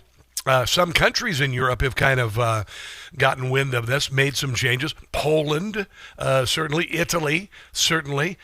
Some countries that are kind of on the cusp. France, Marine Le Pen has been told she can't be in office for another 5 years because of some trumped-up bullcrap charges to keep her out of office. I've heard debates as to whether England is already past the point of no return. What are you hearing? Well, since it's Christmas time, I want to give you a Christmas example. Please. Now, I'm close to a lot of people in Hungary. I don't know if you've ever been to one of these outdoor Christmas markets they have. And they have something called mulled wine. Oh, yes. It's hot spiced wine, which my wife and I love. And you can buy crafts. They sing Christmas carols. And it's just wonderful. But, Rob, they're not having these celebrations in many European cities, or they're being done with high security because radical Islamist immigrants have used vehicles to run people down. They have broken up these celebrations in Brussels and in Berlin this year with loud jeering crowds and whistles and playing loud music to basically destroy the celebration because they disagree with it, because they disagree with European culture, because they hate Christianity. This is civilization erasure, Rob. There's people who are afraid to go to these celebrations now. That's what this is. And the European elite, they don't want to admit this. Instead, they're saying to Hungary, you admit an EU quota of illegal migrants, or we'll fine you €1 million a day. Unfortunately, Prime Minister Orban said, get lost. I'm not going to do that. So after they've destroyed European society, they want to destroy Hungary society too. Yeah, well, Orban is one of the guys who's kind of trying to pull it out of the fire. And he is a Trumpian populist, isn't he? And in addition, yes, he certainly is. And I was at a meeting with the president and Orban at Mar-a-Lago last year, and I saw the two of them. I can't talk about the discussion, but I will tell you that the two of them had a very good discussion about illegal immigration. They agree on that completely. And in addition to not letting in illegal migrants, he has done mass deportations. Yes. So he basically set the model for what President Trump is successfully doing now to protect our homeland. Well, we are just beginning to see the beginnings of ending this and starting the war on the spread of radical Islam. And now we can say radical Islam now. Right after 9/11, George Bush, he said, we've got to understand why they hate us. And then they put a ground zero mosque. And then America was very unbelievable with regard to forgiving radical Islam or Islam or not holding Islam accountable of what happened on 9/11. And since we've seen radical Islam spreading its wing around America, this is Tommy Tuberville, congressman, talking about what's going on in America that is already happening in Europe. There's some people come over from some of these countries that want to come here for a better life, and they're going to assimilate and go by the things that we believe in, go by our Constitution. The Muslim group, Steve, this is World War III, okay, and it's going to be on our soil. And it's coming so fast, within 5 or 10 years, it is going to be way out of control. We have a prime example of this, Europe. Europe is gone. And they will have to fight in the streets to get it back. And that's coming. And so we do not want that to happen here. And the people of Alabama, the people of Hoover saw this. and they want to stop it before. Now, the people of Hoover, Alabama, they wanted to build a large Islamic Sharia compliant school there, and the people of that town said, no, we're done. He also mentioned he thought Europe is gone, fighting his next in the street. You had mentioned in Hungary with regard to Orban and these Christmas bazaars and whatnot, the Islamists coming out. Do you suppose fighting in the street is next? Well, we're just not seeing this in Hungary. They're having, it's very peaceful. Let me add, most Muslims are peaceful. I have many Muslim friends. Dr. Zuhdi Jasser was a Navy surgeon. He's actually running for Congress, I think in Arizona. Great. Brilliant man who's taught me a lot about radical Islam. Sure. In his view, there's too many mosques and Muslim clerics who, they're not radicals, but they won't speak out against this. So he's trying to get his co-religionists to basically stand up to this radicalism, because he gets tarred and feathered by this kind of stuff that he denounces very strongly. Well, it's amazing how the Democrat Party is willing to paint Trump supporters with a broad brush. We're all white supremacists. We are all MAGA fascist enemies of democracy. But when it comes to Islam, if you criticize radical Islam, you're an Islamophobe.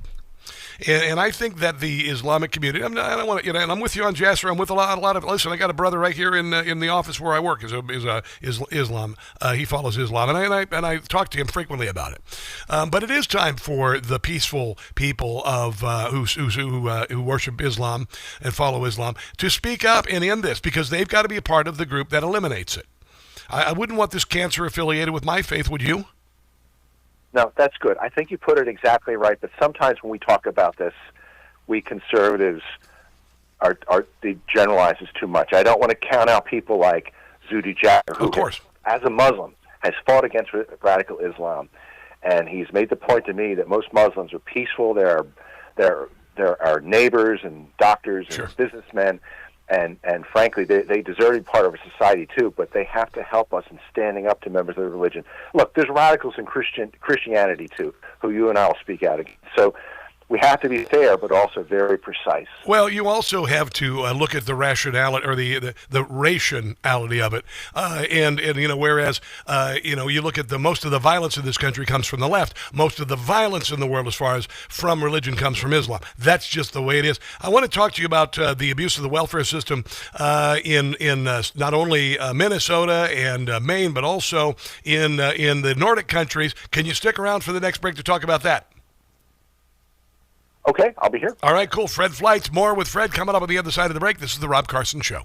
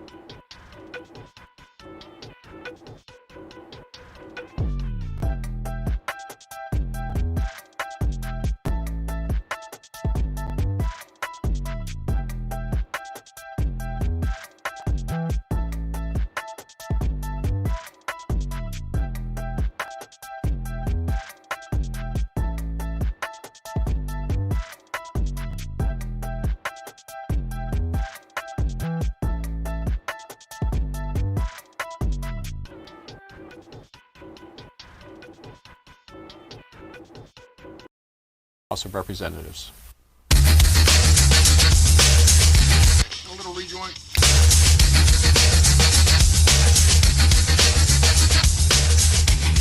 Poor little Democrats. Are you guys okay today? I came in to check on you. Every time Trump does something good, you guys spaz out. Would you guys shut up and let him work? 1991 is when the temporary status was granted. Somalia was a mess here to call for too. Protected status was first granted in 1991 when the country was torn apart by civil war and its national government collapsed. The designation has been extended many times since, many times, more than 30 plus years. The president wants to terminate these protection orders. That's where we are. Yes, because the City Journal report says and shows that there has been massive fraud, defrauding of American taxpayers, including of things like COVID-era loans and much more, and that some people in the Somali community in Minnesota have sent money from those schemes back to Somalia, and that some of them have found their way into the hands of the Al-Qaeda-linked terrorist group Al-Shabaab. Cases like that, the abuse of the welfare system, the abuse of the housing system, has been endemic in Somali emigre communities across Europe and other parts of the world. There you go. And this is not uncommon. I was reading the other day, I believe it was Switzerland, $250 million in fraud. I'm not sure if it's necessarily just Somalian, but it is immigrants from that part of the world. And this is not uncommon. And it sounds like during COVID, it became a gravy train. Joining us to talk about this, among other things, Fred Fleitz, senior fellow at the America First Policy Institute. This Minnesota fraud ring spreading to Maine and other states. It sounds like Europe has had this been going on for years. Well, I mean, you and I are both unfortunate to live in the People's Republic of Maryland, and it's happening here. There's an effort by the Trump administration to get statistics from where various welfare money goes that's given to the state of Maryland, and the government won't say. Yes. And that's the same thing that's happening in Minnesota and in various other states. These Democratic states take the money. Yeah. They don't monitor where it's going, or they send it for liberal causes that it wasn't intended for. This is money to help people eat and to have a place to live and to help them, basically get by. But, frankly, once the liberal governments get hold of it, I didn't realize it may be going to fund Al-Qaeda, but it doesn't surprise me. Yeah. By the way, I do not live in Maryland. I lived there for 12 years, and I opted not to move back to Maryland. I live in Virginia just in time for the Karenist of the Karens to be elected governor. So we'll see what happens with. That's okay. I mean, it's just, Fred. I could not come back to Maryland considering the Maryland General Asylum and all of the nonsense. And then these blue, I hate that blue. It's red. Red is communist. I hate that nonsense. The Democrat states are blue. No, they're not. They're red. They did that when Barack Obama was running for president because he was red. I know. I didn't like that either. It's ridiculous. They did that deliberately because red is a communist color. 1,000%. 1,000%. But these Democrat states, they are covering up who's getting the SNAP benefits. Brooke Rollins the other day said, here's the deal, unless you tell us who is enrolled on SNAP benefits, you tell us who it's going to, we are cutting off the aid. And it's about time because they have abused these. I mean, look, Fred, 40% increase in the SNAP benefits, 55% of the people enrolled in SNAP benefits are here illegally or not American citizens. Really? That's exactly right. And isn't Brooke Rollins great? She's the former president of AFPI, so I had to put a plug in for her. She's basically kicking butt and taking names on the abuse of these food benefits that, as I said earlier, they're for poor people. They're for it's money to help people eat, but so much of it is being wasted in fraud by professional fraudsters. So Brooks on the case. Well, you look at the number of people, migrants, illegal or otherwise, in Europe who are on government, the government dole, 55, 60, 70%. This is a matter of the third world. And you can, Donald Trump called a lot of countries S-hole countries in the last term, and everybody got all bent out of shape. But there are S-hole countries out there. I like to call Somalia the meth lab trailer park of the world.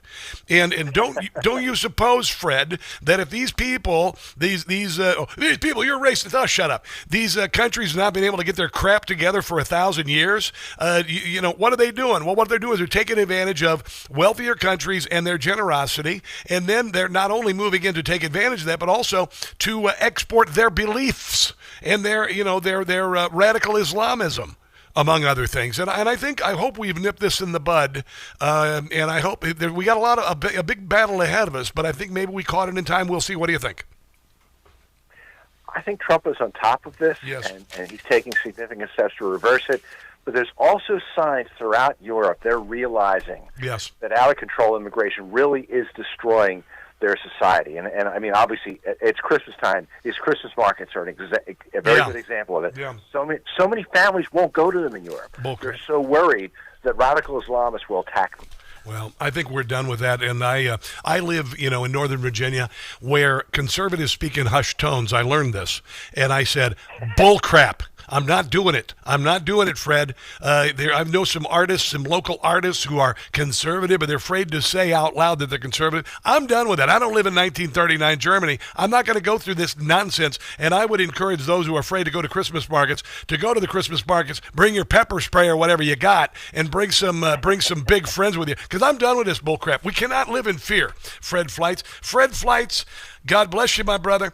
You've got this great new piece on NewsMax.com, Trump's national security, tough love to save Europe. Where else can people find your glorious work? I hope your listeners will go to American Greatness on Friday. I'm writing a similar piece that highlights Hungary versus the other European Christmas markets. Well, I appreciate you being on the show today. God bless and Merry Christmas. Merry Christmas. Thanks. All right, let's take a break and come back. This is the Rob Carson Show.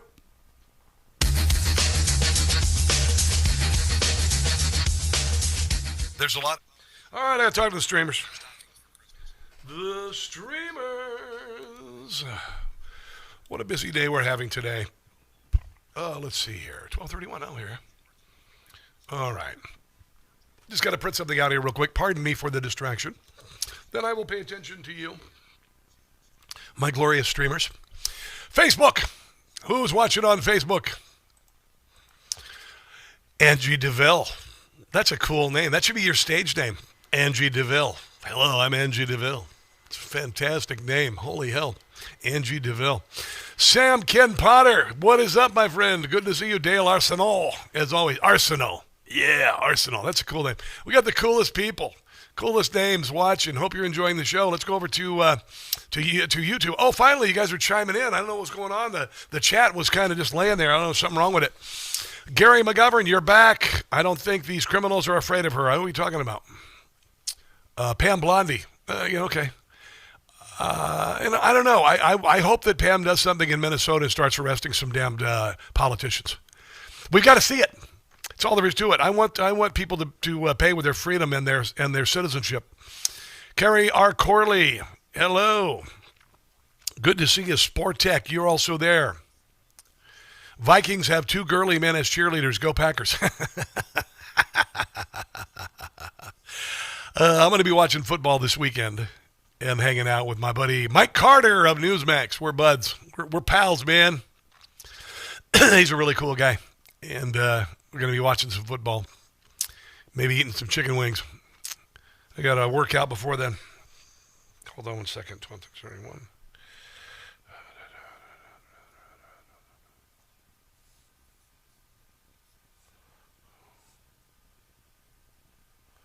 All right, here we go. Been about 3:10 here.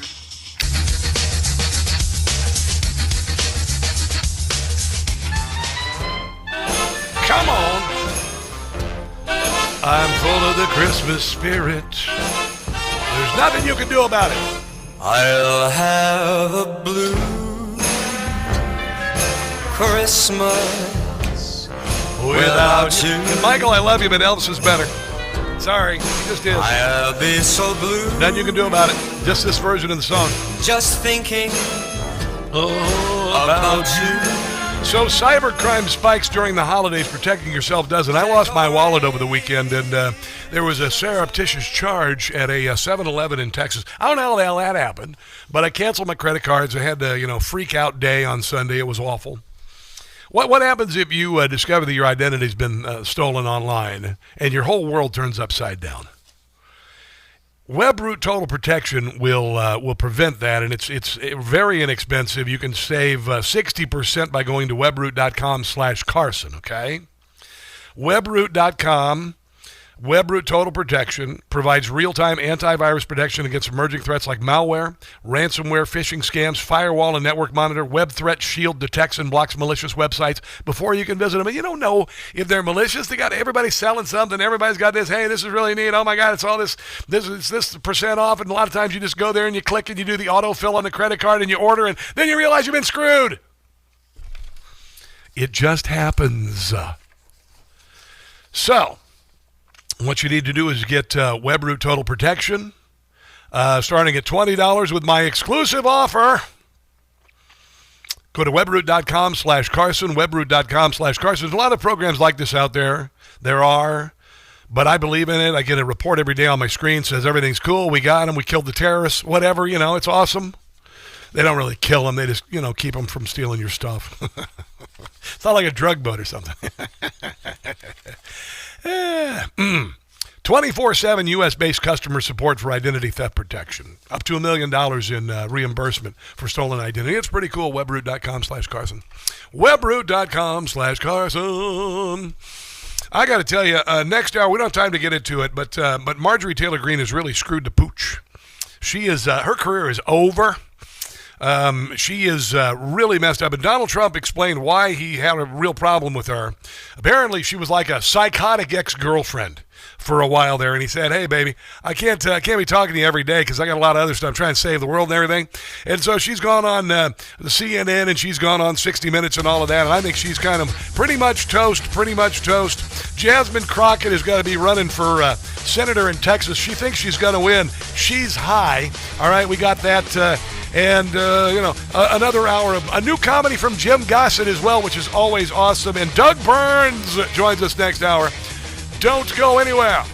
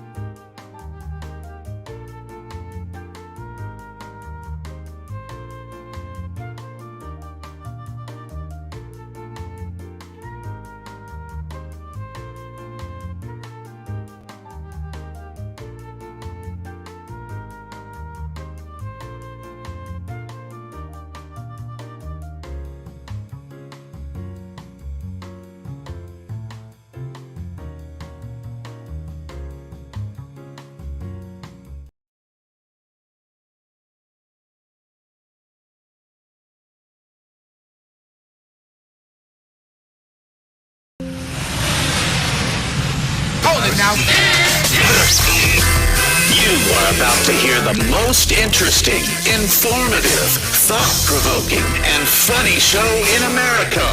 On air and on the World Wide Web. This is the Rob Carson Show. This is the Rob Carson Show, hour number 3 of the radio program. Doug Burns, former federal prosecutor, one of my favorite guests ever, joins us at the bottom of the hour. That'll be fun. New comedy from Jim Gossett, among other things, which are awesome. If you want to help out Jim Gossett, go to patreon.com, Jim Gossett Comedy.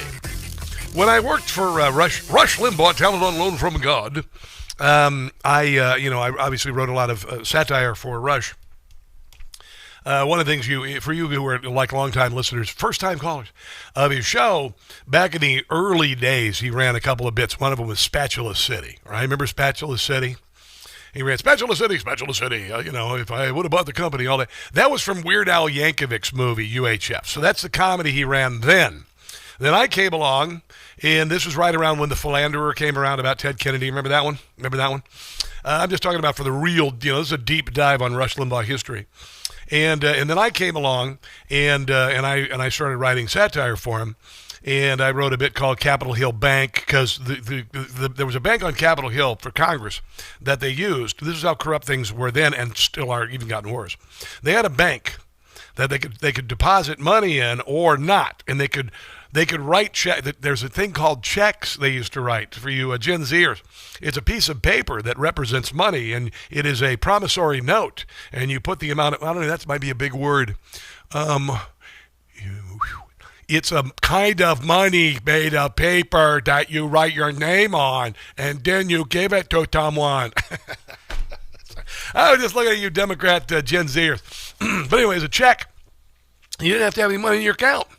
They did this. They write thousands of dollar checks and you'd never have to pay it back. That was going on in Capitol Hill, right? So I did a bit called Capitol Hill Bank. And it ended up being in his first book. And by the time I was 25 years old, I was in a best-selling book and all that. And then I started working with a guy named Paul Shanklin. Paul Shanklin, he did a lot of parodies for Rush, and he got all the glory. I don't care. I didn't care. I didn't care that I got the glory. I just knew that my material was on his show. Didn't make any money off of it, really. Anyway, I'm now I got this guy named Jim Gossett, who's friggin' amazing.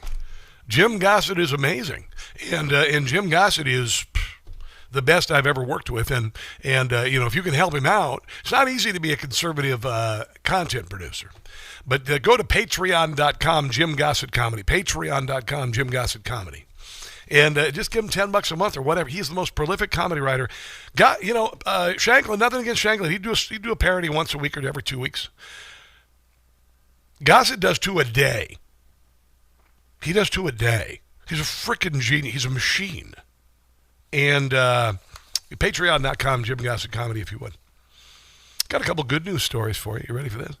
Appeals court scolds Biden judge, sides with Pete Hegseth on the transgender military ban. Federal judge on Tuesday sided with Secretary of War on transgender. In our view, the court afforded insufficient deference to the Secretary's considered judgment. According, we stay the preliminary injunction pending the government's appeal. The court judges the United States military enforces strict medical standards to ensure that only physically and mentally fit individuals join its ranks. For decades, these requirements barred service by individuals with gender dysphoria and medical conditions associated with clinically significant stress. So there's that. The 2025 policy generally bars individuals with gender dysphoria from serving in the armed services. The Secretary of Defense concluded this policy would advance important military interests in combat readiness, unit cohesion. If you got gender dysphoria, you'd have your unit cut off and lost control. In interest of combat readiness, unit cohesion. In doing so, he consulted materials combined, blah, blah, blah, blah. So basically, it's saying you got to be mentally and physically fit to be in the military. In January, President Trump signed the Restoring America's Fighting Force executive order prioritizing military excellence and readiness. Pete Hegseth destroyed the judge who tried to reinstate the transgendered and all that. And he said this is pretty funny. He says, since Judge Reyes is now a top military planner, they can report to Fort Benning at 0600 to instruct our Army Rangers on how to execute high-value target raids. After that, the Commander Reyes can dispatch to Fort Bragg to train our Green Berets on counterinsurgency warfare. That was kind of funny. Yeah. Sorry. I'm not going to get into it. You can't change genders. It's not possible. And anyone who you've ever known who's said they can change genders, they got some issues. Duh. 8 Philadelphia teens experienced justice Florida style after allegedly robbing Dick's Sporting Goods while attending a youth football gang. A gang of 4 Philadelphia teenagers. See, in Philadelphia, you can just steal $1,000 worth of crap and walk out because it's a Democrat enclave like they did in Los Angeles. Walk in, steal $1,000. You won't get charged with anything. Not so much in Florida. Members of the 8-strong mob were hit with felony charges after their December 6th theft spree, something they did not expect in Philadelphia, whose district attorney is a notoriously woke prosecutor, Larry Krasner. The teenagers are members of the United Thoroughbreds team from Philadelphia and were in Davenport to face the Cocoa Tigers. Cocoa Tigers, stop it! Team for their Prolifics Sports National Championship. Here is Sheriff Grady Judd, who takes these kind of things seriously. And the Thoroughbreds were from Philadelphia, Pennsylvania. So, Cocoa Tigers, you did it the right way. That's teamwork with great young men. I'm cuckoo for the Cocoa Tigers. Doing the right thing. Now I want to introduce you to 8 of the Thoroughbreds. And here they are. Yeah. You look at the Thoroughbreds. Not the Somali team. Those are the inbreds. And you find out what were they doing. What were they doing on Saturday morning? Well, let me tell you what they were doing. They were stealing Dick's Sporting Goods. They Ubered from where they were staying. They had come from Philadelphia, Pennsylvania, down to the Dick's Sporting Good in Posner Park. Not only did they Uber down there to shop, they had no intentions of paying for their product. And they're in a whole lot of trouble now, and their, whatever title they were hoping for, their football dreams are over. So there you go. Here's some more good news. Florida Governor Ron DeSantis officially designates CARE and the Muslim Brotherhood terrorist organizations. I love it. There you go. Executive Order 25244, designating the Muslim Brotherhood and the Council on American Islamic Relations as foreign terrorist organizations. About damn time, by the way. I used to get letters from CARE. They'd complain about stuff, and I'd be like, you know what? Shut up. So anyway, you're a terrorist. You're all a bunch of terrorists. There you go, CARE. Florida agencies hereby direct to undertake all lawful measures to prevent unlawful activities by these organizations, including denying privileges or resources to anyone providing material support, blah, blah, blah, blah, blah. The Muslim Brotherhood and CARE have long made their goals clear to forcibly impose Sharia law and establish Islam's mastership of the world. Not going to happen anymore.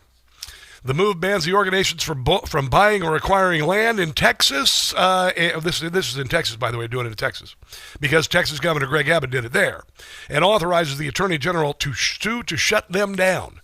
So we got to end this Sharia law bullcrap. I told you. What did I say? Homeboys, hillbillies, Hebrews, right? The reason why I came up with that was because of the anti-Israel protests in New York City, in and around Ground Zero, by radical Islamists who are mouthy and have moved in, and they have taken advantage of our tolerance and our generosity. And homeboys, hillbillies, and Hebrews, it's time to give them a beatdown. There you go. Dookie Bear on Rumble says, cannot wait for Rob's book. Yeah, homeboys, hillbillies, and Hebrews, how we came together to save America. I'm working on it. Coming up, oh my God, this is so good. So Elise Slotkin, she's one of the Seditious Six. She has a new excuse for the sedition video that she and the Seditious Six, put out 3-4 weeks ago, and it's a bunch of crap. So I got that coming up on the other side of the break. This is the Rob Carson Show.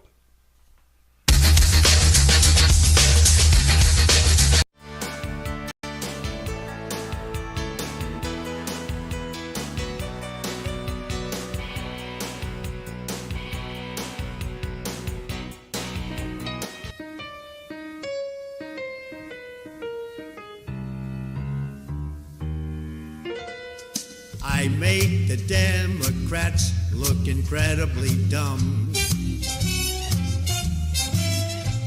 Inflation is down, the economy's starting to hum. Still, it's a real good bet, the best is yet to come.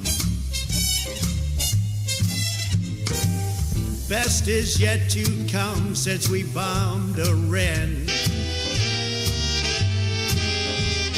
Taking out all their nukes, that was part of the plan. The border's secure once again. Illegals are getting in. Doge has saved us billions. This is what it's like to win. Best is yet to come, and it's gonna be fine. Best is yet to come. Hear the Democrats whine. Listen to them whine. The last laugh is mine.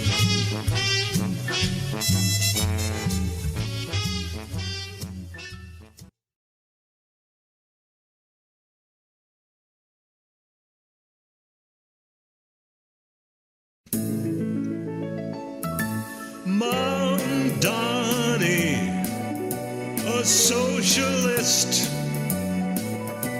Mom Donnie, a communist. He's a fan of a muss. His win will be New York's loss. He's an extremist, you bet, as New York's gonna get taxed like never before. When Mom Donnie is done, the city will run every grocery store. He'll defund the police and crime will increase as the murder rate begins to soar. Mom Donnie, anti-Jew, he despises Netanyahu. It is really a sin. New Yorkers voted him in. They'll regret that they helped him win.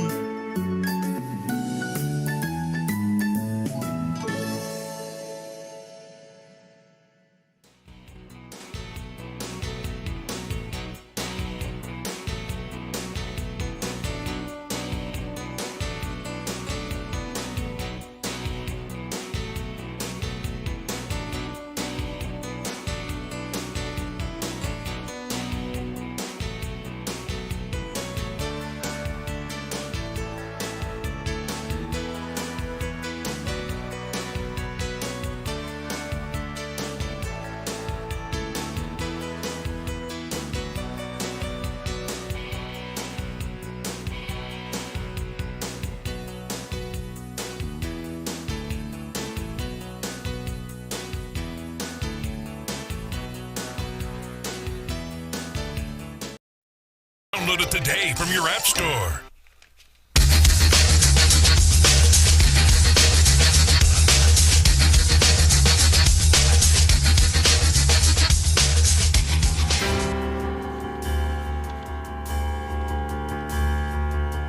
I'm ready for Christmas, baby. I'm on the air for another week and a half. Then I will be off next Friday through January the 2nd. What child is this? Because I friggin' need it.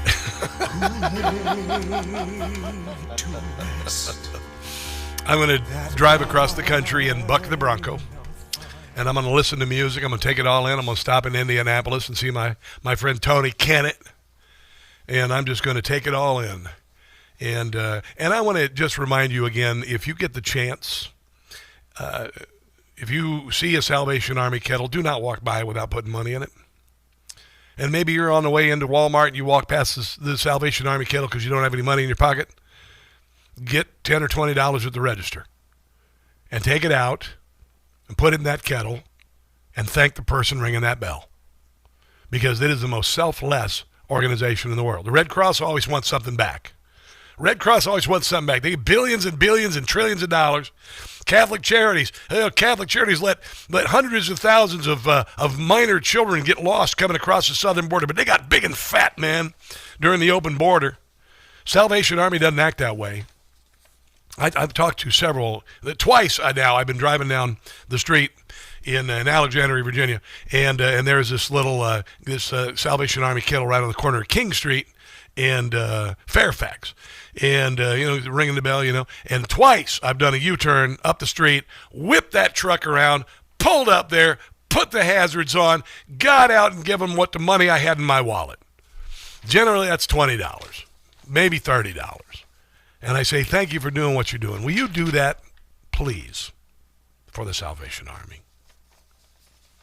So if you had $20,000 in gold 3 weeks ago, it would be worth $22,225 today. How about your 401k? Did it go up that much in 3 weeks? No, it didn't. Maybe it's time you took my advice and text my name to Bert's Gold at 989898. Just Rob to 989898. Get it done, because they're going to give you free silver, because silver and gold. And for every $5,000 invested in Bert's Gold, a free ounce of silver, it's gone up 60% this year. 60%! So, you could give that to your kid. You give that to your grandkid. Silver coin on Christmas morning. Oh, my, look at how beautiful that is. And it's worth something. So $5,000 right now, you get free silver.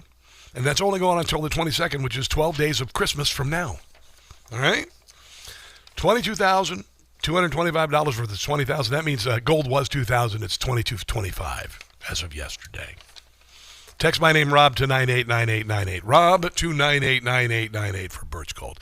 Elise Slotkin, who is a Seditious Six, about 3 weeks ago. 6 senators and a CIA agent, a congressman, they got together and said that military should deny the orders of the President of the United States. They said illegal orders, and then they couldn't name any illegal orders, so basically they were saying ignore the President's orders, and then they changed because they were called out and said, it's because of the drug boats, and now Elise Slotkin has another excuse, and it's bull crap. It's absolute bull crap. She says, we were only responding because there's so many people in the military who wanted to do something about Donald Trump because all of his illegal orders. You're high, woman. Right now, the morale of the military is an all-time high.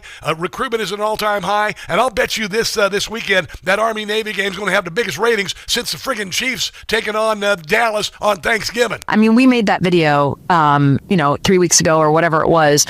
I don't know, whatever it was. This is the video we did. It wasn't planned or anything. Oh, yeah, it was. It was actually planned. It was a plan. It was a PSYOP. It was a CIA op. Certainly not thinking that the president would go high and right, as we say at the Pentagon, on it like that.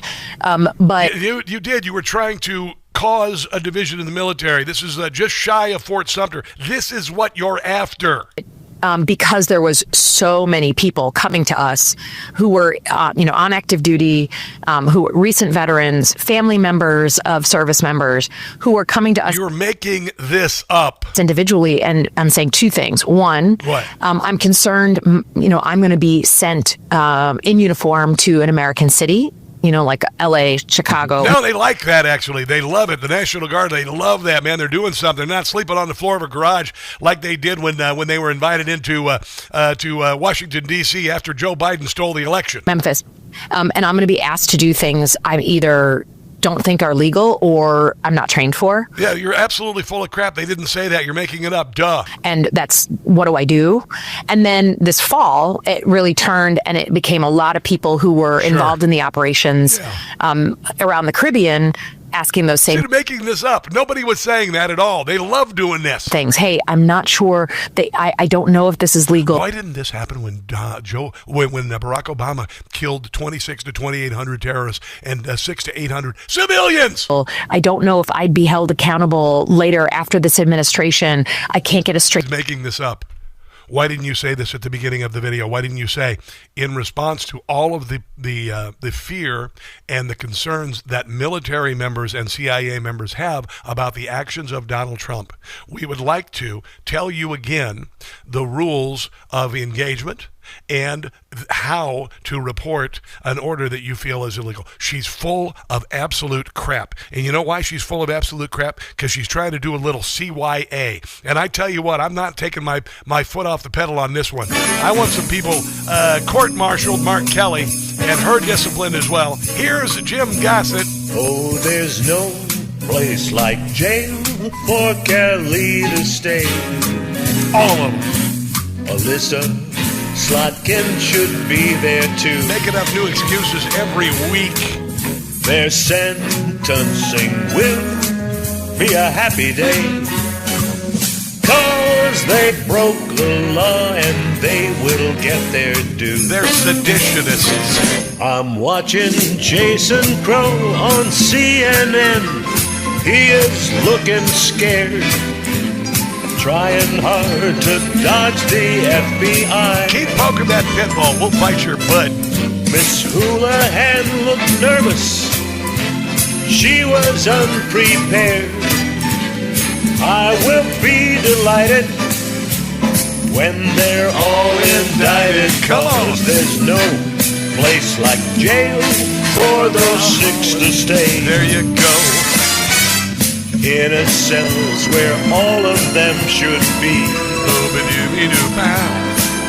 A court-martial, it could come any day. Please! Lock Mark Kelly up and throw away the key. Come on. You know, it's Rokana. He doesn't see the value in the fact that 92 to 90%, 6% of the fentanyl and the cocaine that come in from the sea has been knocked out. The fact that fentanyl fatality has dropped from 76% per tablet to 26% per tablet, saving thousands of lives already. He doesn't see the benefit. So the president said that 25,000 Americans' lives are saved every time a boat is knocked out. So is he right? And remember, every time a narco-terrorist gets blown up, an angel gets his wings. A hell's angel, because they're going to hell. I mean, and wouldn't it make these attacks worth it if American lives are truly being saved because of them? And they are. Well, Mano, the president has gone back and forth on this. No, he hasn't. The reality is the second strike was against people who were totally defenseless. No, you see, they're terrorists. They had no arms. They were signaling to... They had no arms? How could they signal if they had no arms? Surrender. And Pete Hegseth knows... Were they able to grab one of their arms out of the water and put it in his mouth and like that? That it's a problem. That's why he's trying to throw the admiral under the bus. That is the most cowardly behavior. He needs to brief not just the Gang of Eight.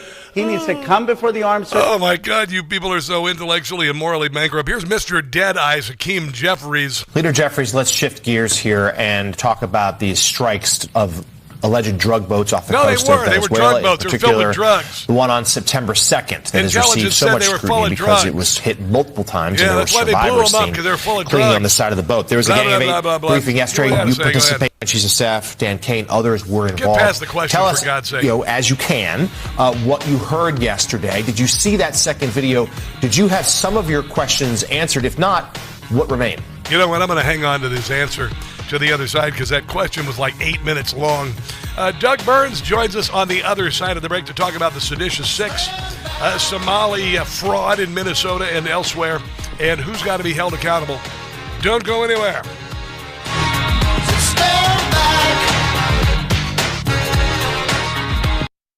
Hey guys, it's Carson.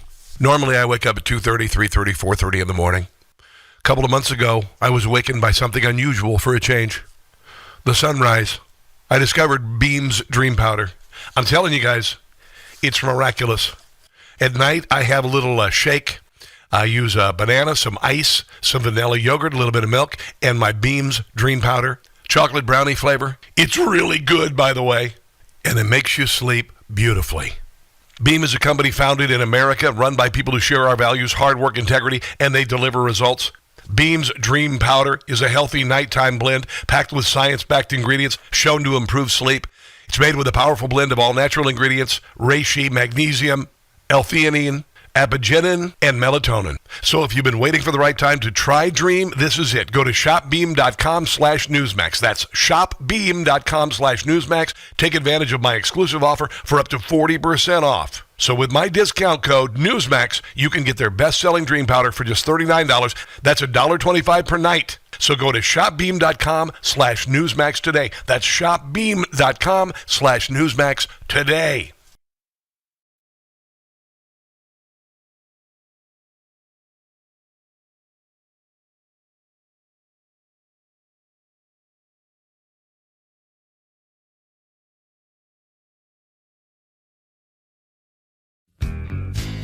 You know, Nancy Pelosi became rich by having inside information.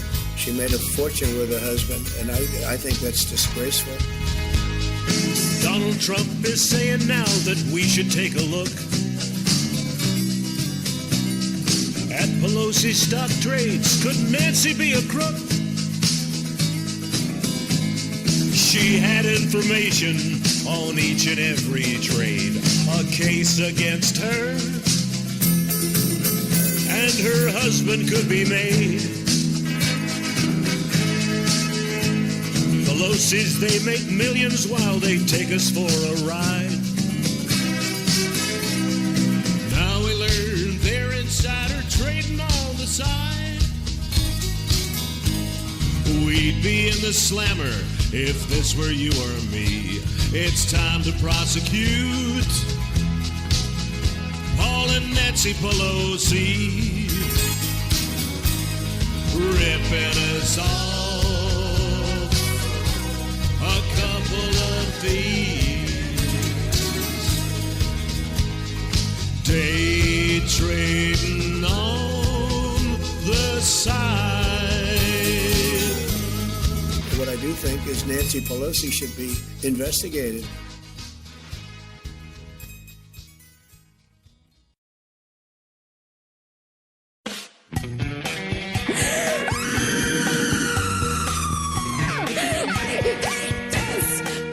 Well, they have a lot of cats, and they're mostly Democrats like V.P. Harris. They cry when they lose from their left-wing views. I wish they'd spare us. They're cat ladies. Whoa, whoa, whoa, they're cat ladies.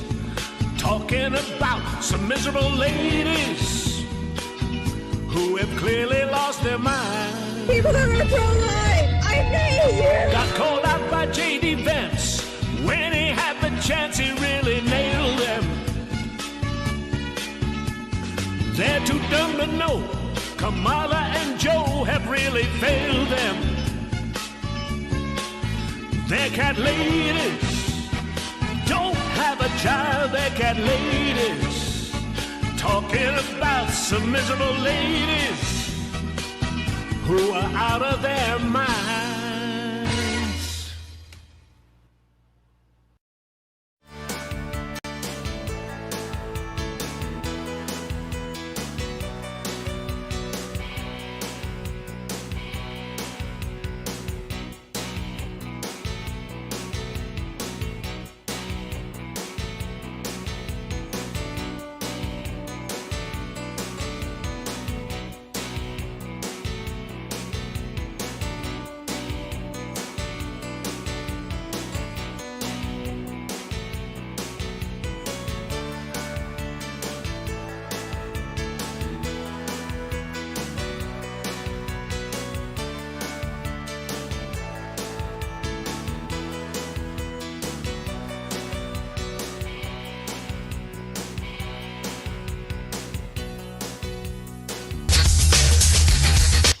Rejoin. Okay.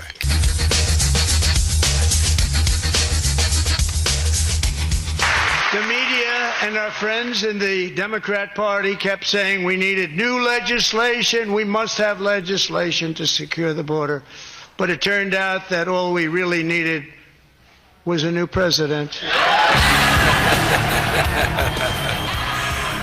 So the Democrat Party, they're like crazy cat ladies falling in love with death row inmates. They love their illegal aliens. You know, Abrego Garcia, They love their Luigi Mangione, and they love their drug boat narco terrorists.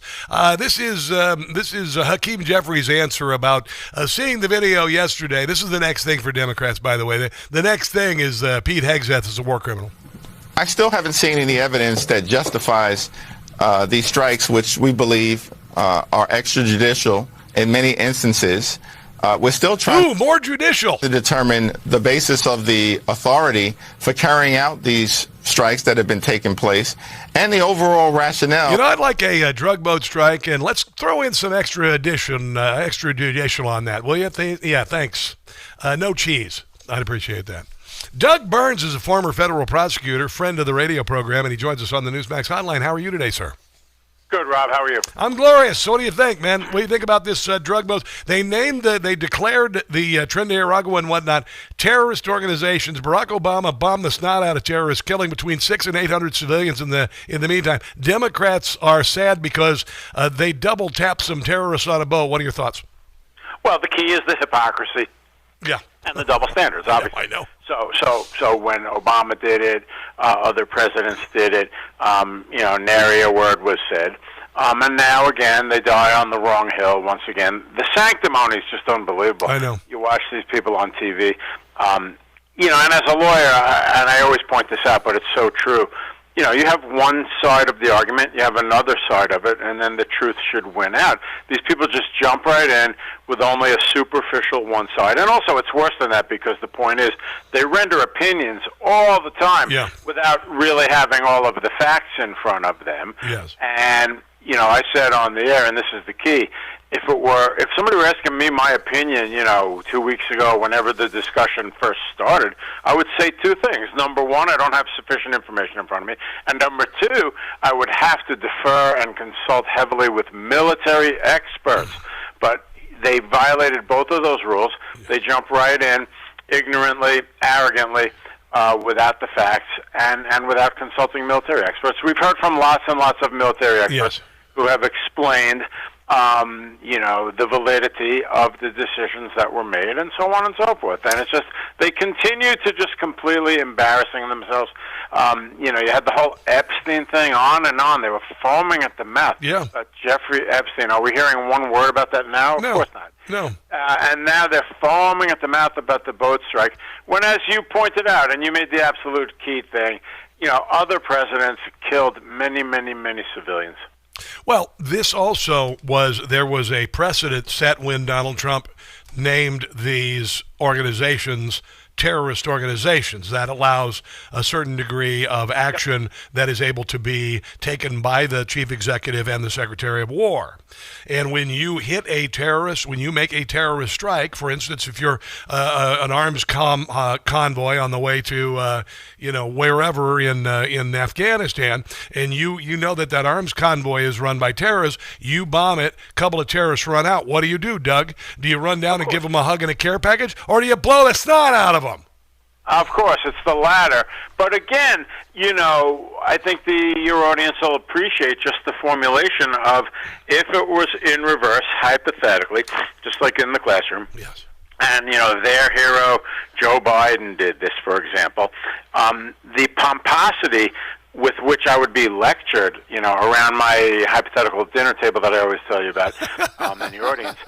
The point is, they would say, "Are you kidding me? Yeah. These are narco-terrorist drug dealers, and you're saying President Biden didn't have the authority to kill them? Are you an idiot?" I mean, so again, it's just, I'm so sick and tired, as you can tell by the tone of my voice, of listening to that kind of stuff in one direction, but every single thing, it's like the Mattel wind-up doll. I mean, Trump bad.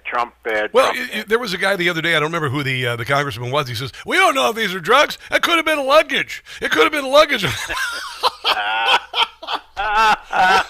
no, it's funny because when I started, irresistible reference, when I started as a rookie assistant United States attorney in 1987, hard to believe how far back that is. Yes, I know. We had both airports in our district, the Eastern District of New York. So we had Kennedy Airport and LaGuardia Airport in our district, and we cut our teeth on mule cases where people brought drugs in luggage. Yeah. Yeah. Did you hear about the DHS agent in Minneapolis who worked at the airport for years and said that it was not uncommon for 2 Somali males to arrive at the airport with a suitcase full of money, and they would take them back through customs, and they would just say, "Yep, it's just money. Let them go." There is a lot of stuff coming down in Minneapolis, and I'm going to ask you this, Doug: how in the hell? Can an AG of a state and a governor of a state and a mayor of a city not get have their spidey sense inflamed by a charity going from $2.6 million to $250 million in 1 year, or a charity for autism go from $1 million to $400 million, and not realize there's fraud here? I mean, please, nobody is this incompetent, Doug.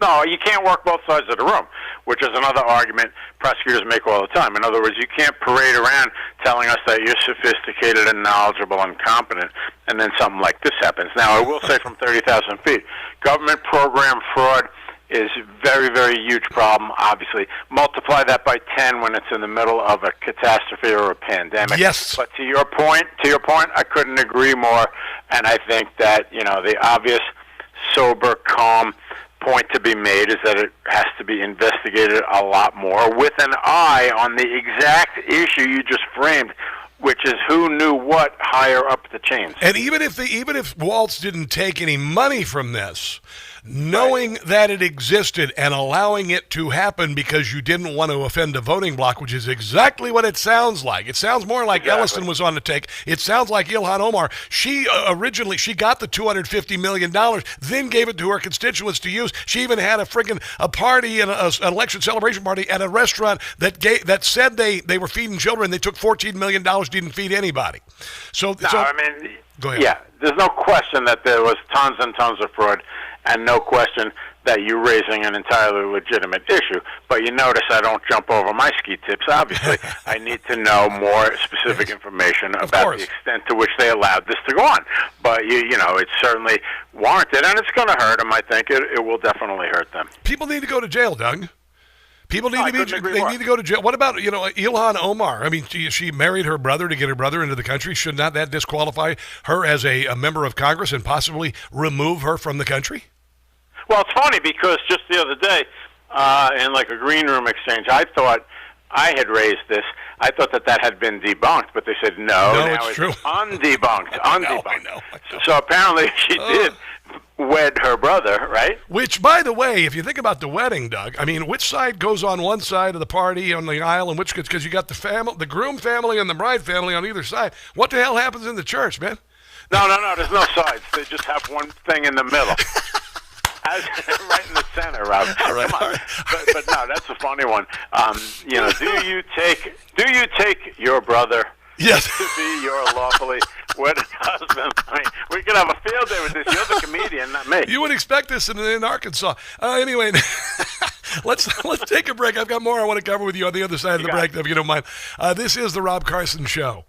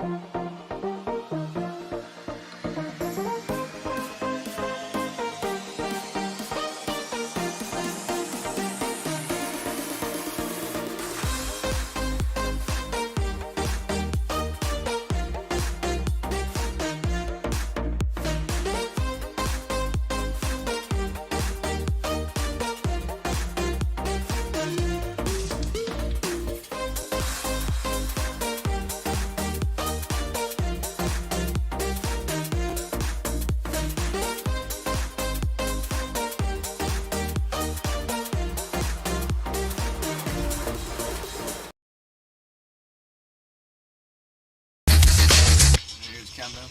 Yeah. 3, 2, 1.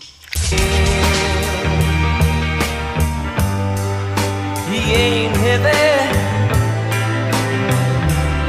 He's my brother. That is the Somali wedding march. I don't know if you knew that. So on we go. It's that or dueling banjos, Doug. One of those. Anyway. That's a good one. Doug. I like that. I actually got Doug Burns to laugh on the air. My goodness. How often does that happen? How often does that happen? A Doug nerdy Burns, lawyer laughing on the radio. I swear. Let's talk about Jack Smith being subpoenaed for a deposition with the White House Judiciary. What's going on with Jack Smith? There's a couple things happening. I had heard the last week Judge Boberg put a gag order saying Jack Smith could spy on senators without the senators knowing. What's going on with that scandal? What have you heard, and what are your thoughts? Well, it's interesting the way it played out, because originally his lawyers wanted to do the thing publicly for good reason, because the public hearings, as your audience well knows, are just a spectacle of 2-minute, intense political speeches, and nobody answers a damn question. So they came back, the committee came back and said, no, we want to do it as a deposition, which delves into a lot more, like a typical deposition where the lawyers can really ask hard questions, et cetera, et cetera. They couldn't agree to that, so they issued a subpoena, and now he is required to go in on their terms for a deposition, and we'll see how it plays out, basically. And then you have that judge, Boasberg, up to all of his antics and everything else. But you're right. I mean, he had apparently ruled that you can go for records of a United States senator and not inform the person. That's ridiculous. As a veteran of real crime, not fake political crime, obviously when we're subpoenaing records as federal prosecutors of, violent criminals, drug dealers, et cetera, we ask for an order that they not be notified, but that should not ever be applied in this political context. What about what's going on with the Comey case and the Letitia James case? Both of them dismissed with prejudice, right? Or was it without? No, it was without prejudice, which is key. Okay. Yeah, which is key, Rob, because what that means in simple English is that it can be brought again. Quick seminar. Very important, and that is that a no true bill, which is a decision by a grand jury not to indict, is not double jeopardy, okay? The government can go back and try again. In the James case, shockingly, really shockingly, they returned the no true bill on the retry, so it's not clear what will happen, whether they'll go back for a third time or not. We'll see. And then on Comey, again, everybody was confused by the statute of limitations. I mean, I saw an analyst today who will remain nameless on the air saying there's a serious problem with the time. No, there isn't. There's a statute that says that they have 6 months on Comey, so we'll see what happens. The pipe bomb suspect Brian Cole, Woodbridge, Virginia, was not known to the FBI apparently. Although some are saying known since 2021. He seems to be a pretty simple fellow, possibly on the spectrum. I like to say they've arrested Lenny from Of Mice and Men, an autistic recluse and a computer nerd. Meanwhile, they were able to put away 1,500 people who just stepped a foot on the grounds of the Capitol on January the 6th. Do you believe any of this from the FBI that they couldn't find him, or do you believe that they knew exactly what was going on and they would have preferred going after Trump supporters?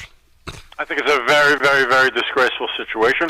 And what's 10 times more disgraceful is that we're really not allowed, in a sense, to come out and say the truth, which appears to be that, and I'll say this very vaguely and diplomatically, but you and your audience will know exactly what I'm saying, since this individual didn't fit the narrative that we're driving, which is that white supremacy is 99 to 100% of everything in this case, they appear to have simply overlooked the case, and that's a total disgrace. If that person had been Caucasian, he would have been arrested so fast your head would be spinning. Now, wait a minute. Jake Tapper said he was a white guy.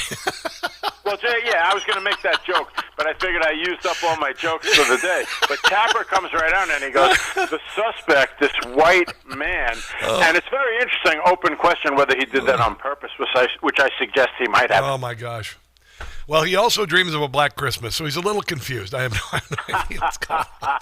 I love that. Speaking of which, am I allowed to say Merry Christmas? I'm not sure this week. Dear God in heaven, of course you are. You can say Happy Hanukkah. Yeah. Yes, go right ahead, brother, because the president does. Did you hear what the president had to say? I'll play this before we go. This is nice. They said, we're going to bring back Christmas. Remember, the radical left wanted to get rid of the word Christmas. I said, I don't think that's going to work out.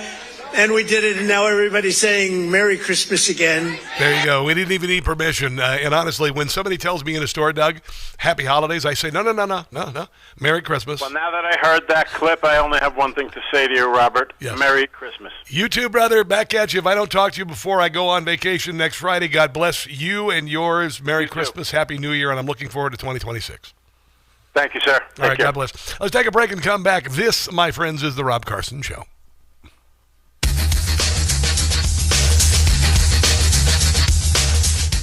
All righty. Hold on. That was a fun segment with old Duggar. That was really fun. What am I going to do here in this last break? You got to give me a second here. I got to play something here. Oh, yeah, we can do that. Should we Jasmine Crockett? Does that sound okay? Yeah, let's do that. We'll do Jasmine Crockett. She's a moron. She makes everybody dumber. She makes the whole world dumber. All right. Dumb to the world. Kathy Deaton, you're new on YouTube. I haven't seen you before, but you're just talking up a storm over there. Hello. Welcome. Beautiful. All on board. Good to see you. Thanks for joining me. America Marcia doing a big cross instead of the Christmas tree. You know, I get it. I understand what you're saying, but the Christmas tree is good. You know, the cross is important. Don't get me wrong. You know, I don't think we should decorate a cross and put presents under it. You know. Let's see what else here. Terrible to destroy the name Karen for all the piggies. Sorry, I didn't do it. Irene Skites said that. I know, it's just, you know, it just sucks. It's just the word they use to describe psycho cat ladies. Dumb is the world. Who hears Jazzy's voice? That's Dookie Bear. Hi, Dookie Bear. Vicky Stevens, what up? What show do you remember? I don't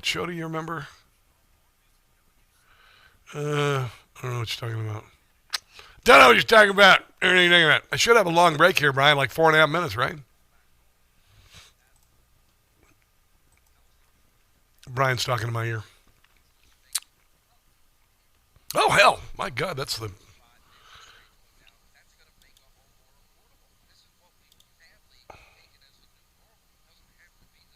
Let me do that. Here we go. I'm going to have some fun here. Here we go.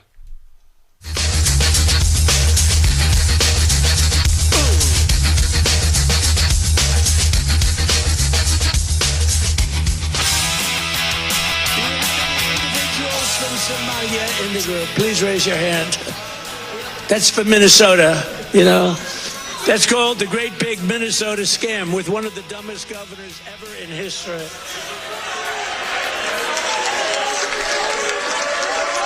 President last night in Pennsylvania. I love this Elon Omar, whatever the hell her name is, with the little turban. I love her. She comes in, does nothing but bitch. She's always complaining. She said the B word. He said the B word. Oh, sorry. Everybody freak out. She comes from a country where, I mean, it's considered about the worst country in the world, yeah, right? They have no military. They have no nothing. They have no parliament. They don't know what the hell the word parliament means. They have nothing. They have no police. Nope, they don't. They police themselves. They kill each other all the time. Yeah, they do.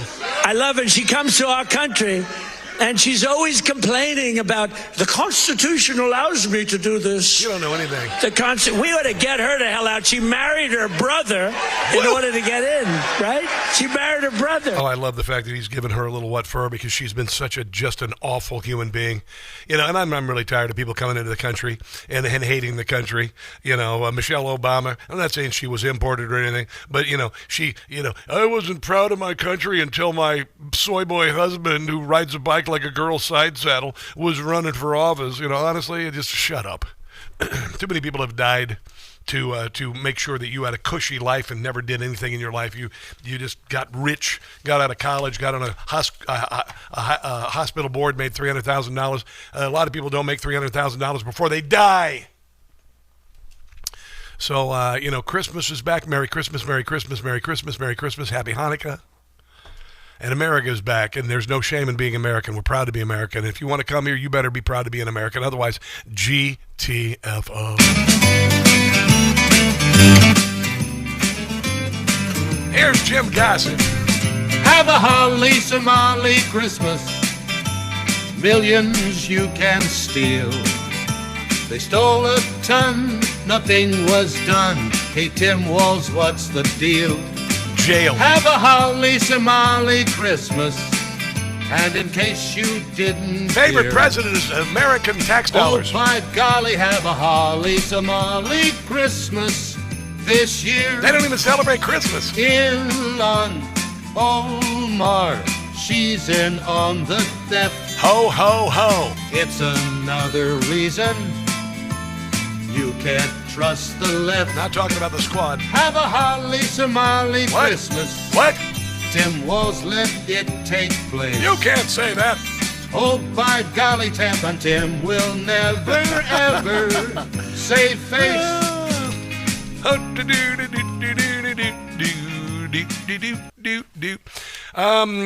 Donald Trump was talking about Marjorie Taylor Greene. Marjorie Taylor Greene's a massive disappointment. She found out from Donald Trump she wasn't going to be able to win a Senate seat because she's not popular where she's from, and she decided to just go bananas. She's on CNN and The View auditioning. And here's what Donald Trump had to say about her yesterday. People with low IQs like Marjorie Taylor Greene, she's a low IQ person. When she says it's too, but she was a loyal person until I wasn't able to answer her phone calls because I'm just too busy to answer people's phone calls. You can't call me 3 times a day. And it's just, not appropriate when I have, over 200 congressmen, 53 senators, 212 countries. All of these people are calling, and a family. Actually, the family suffers. It's harder for me to call back the family. But when you think of what I've done, he says that she was calling him like 3 times a day, like crazy ex-girlfriend kind of stuff, like bunny boiling time, kind of that. And then, of course, she was on CNN saying Donald Trump is terrible and all that. She's done. She's like a Thanksgiving turkey. She is done. That's going to do it for the show. I thought it was a pretty darn good one. If you want to check out the podcast, please do go to your usual podcast platforms. Look up Rob Carson Show. Subscribe and share it with others, will ya? All right? God bless you. America's founded. Donald Trump is he's making the country greater than ever. And until tomorrow, which is Thursday, do not catch this stupid. Merry Christmas. I love you guys. Information. Truth is freedom. Is Newsmax. It's real news for real people.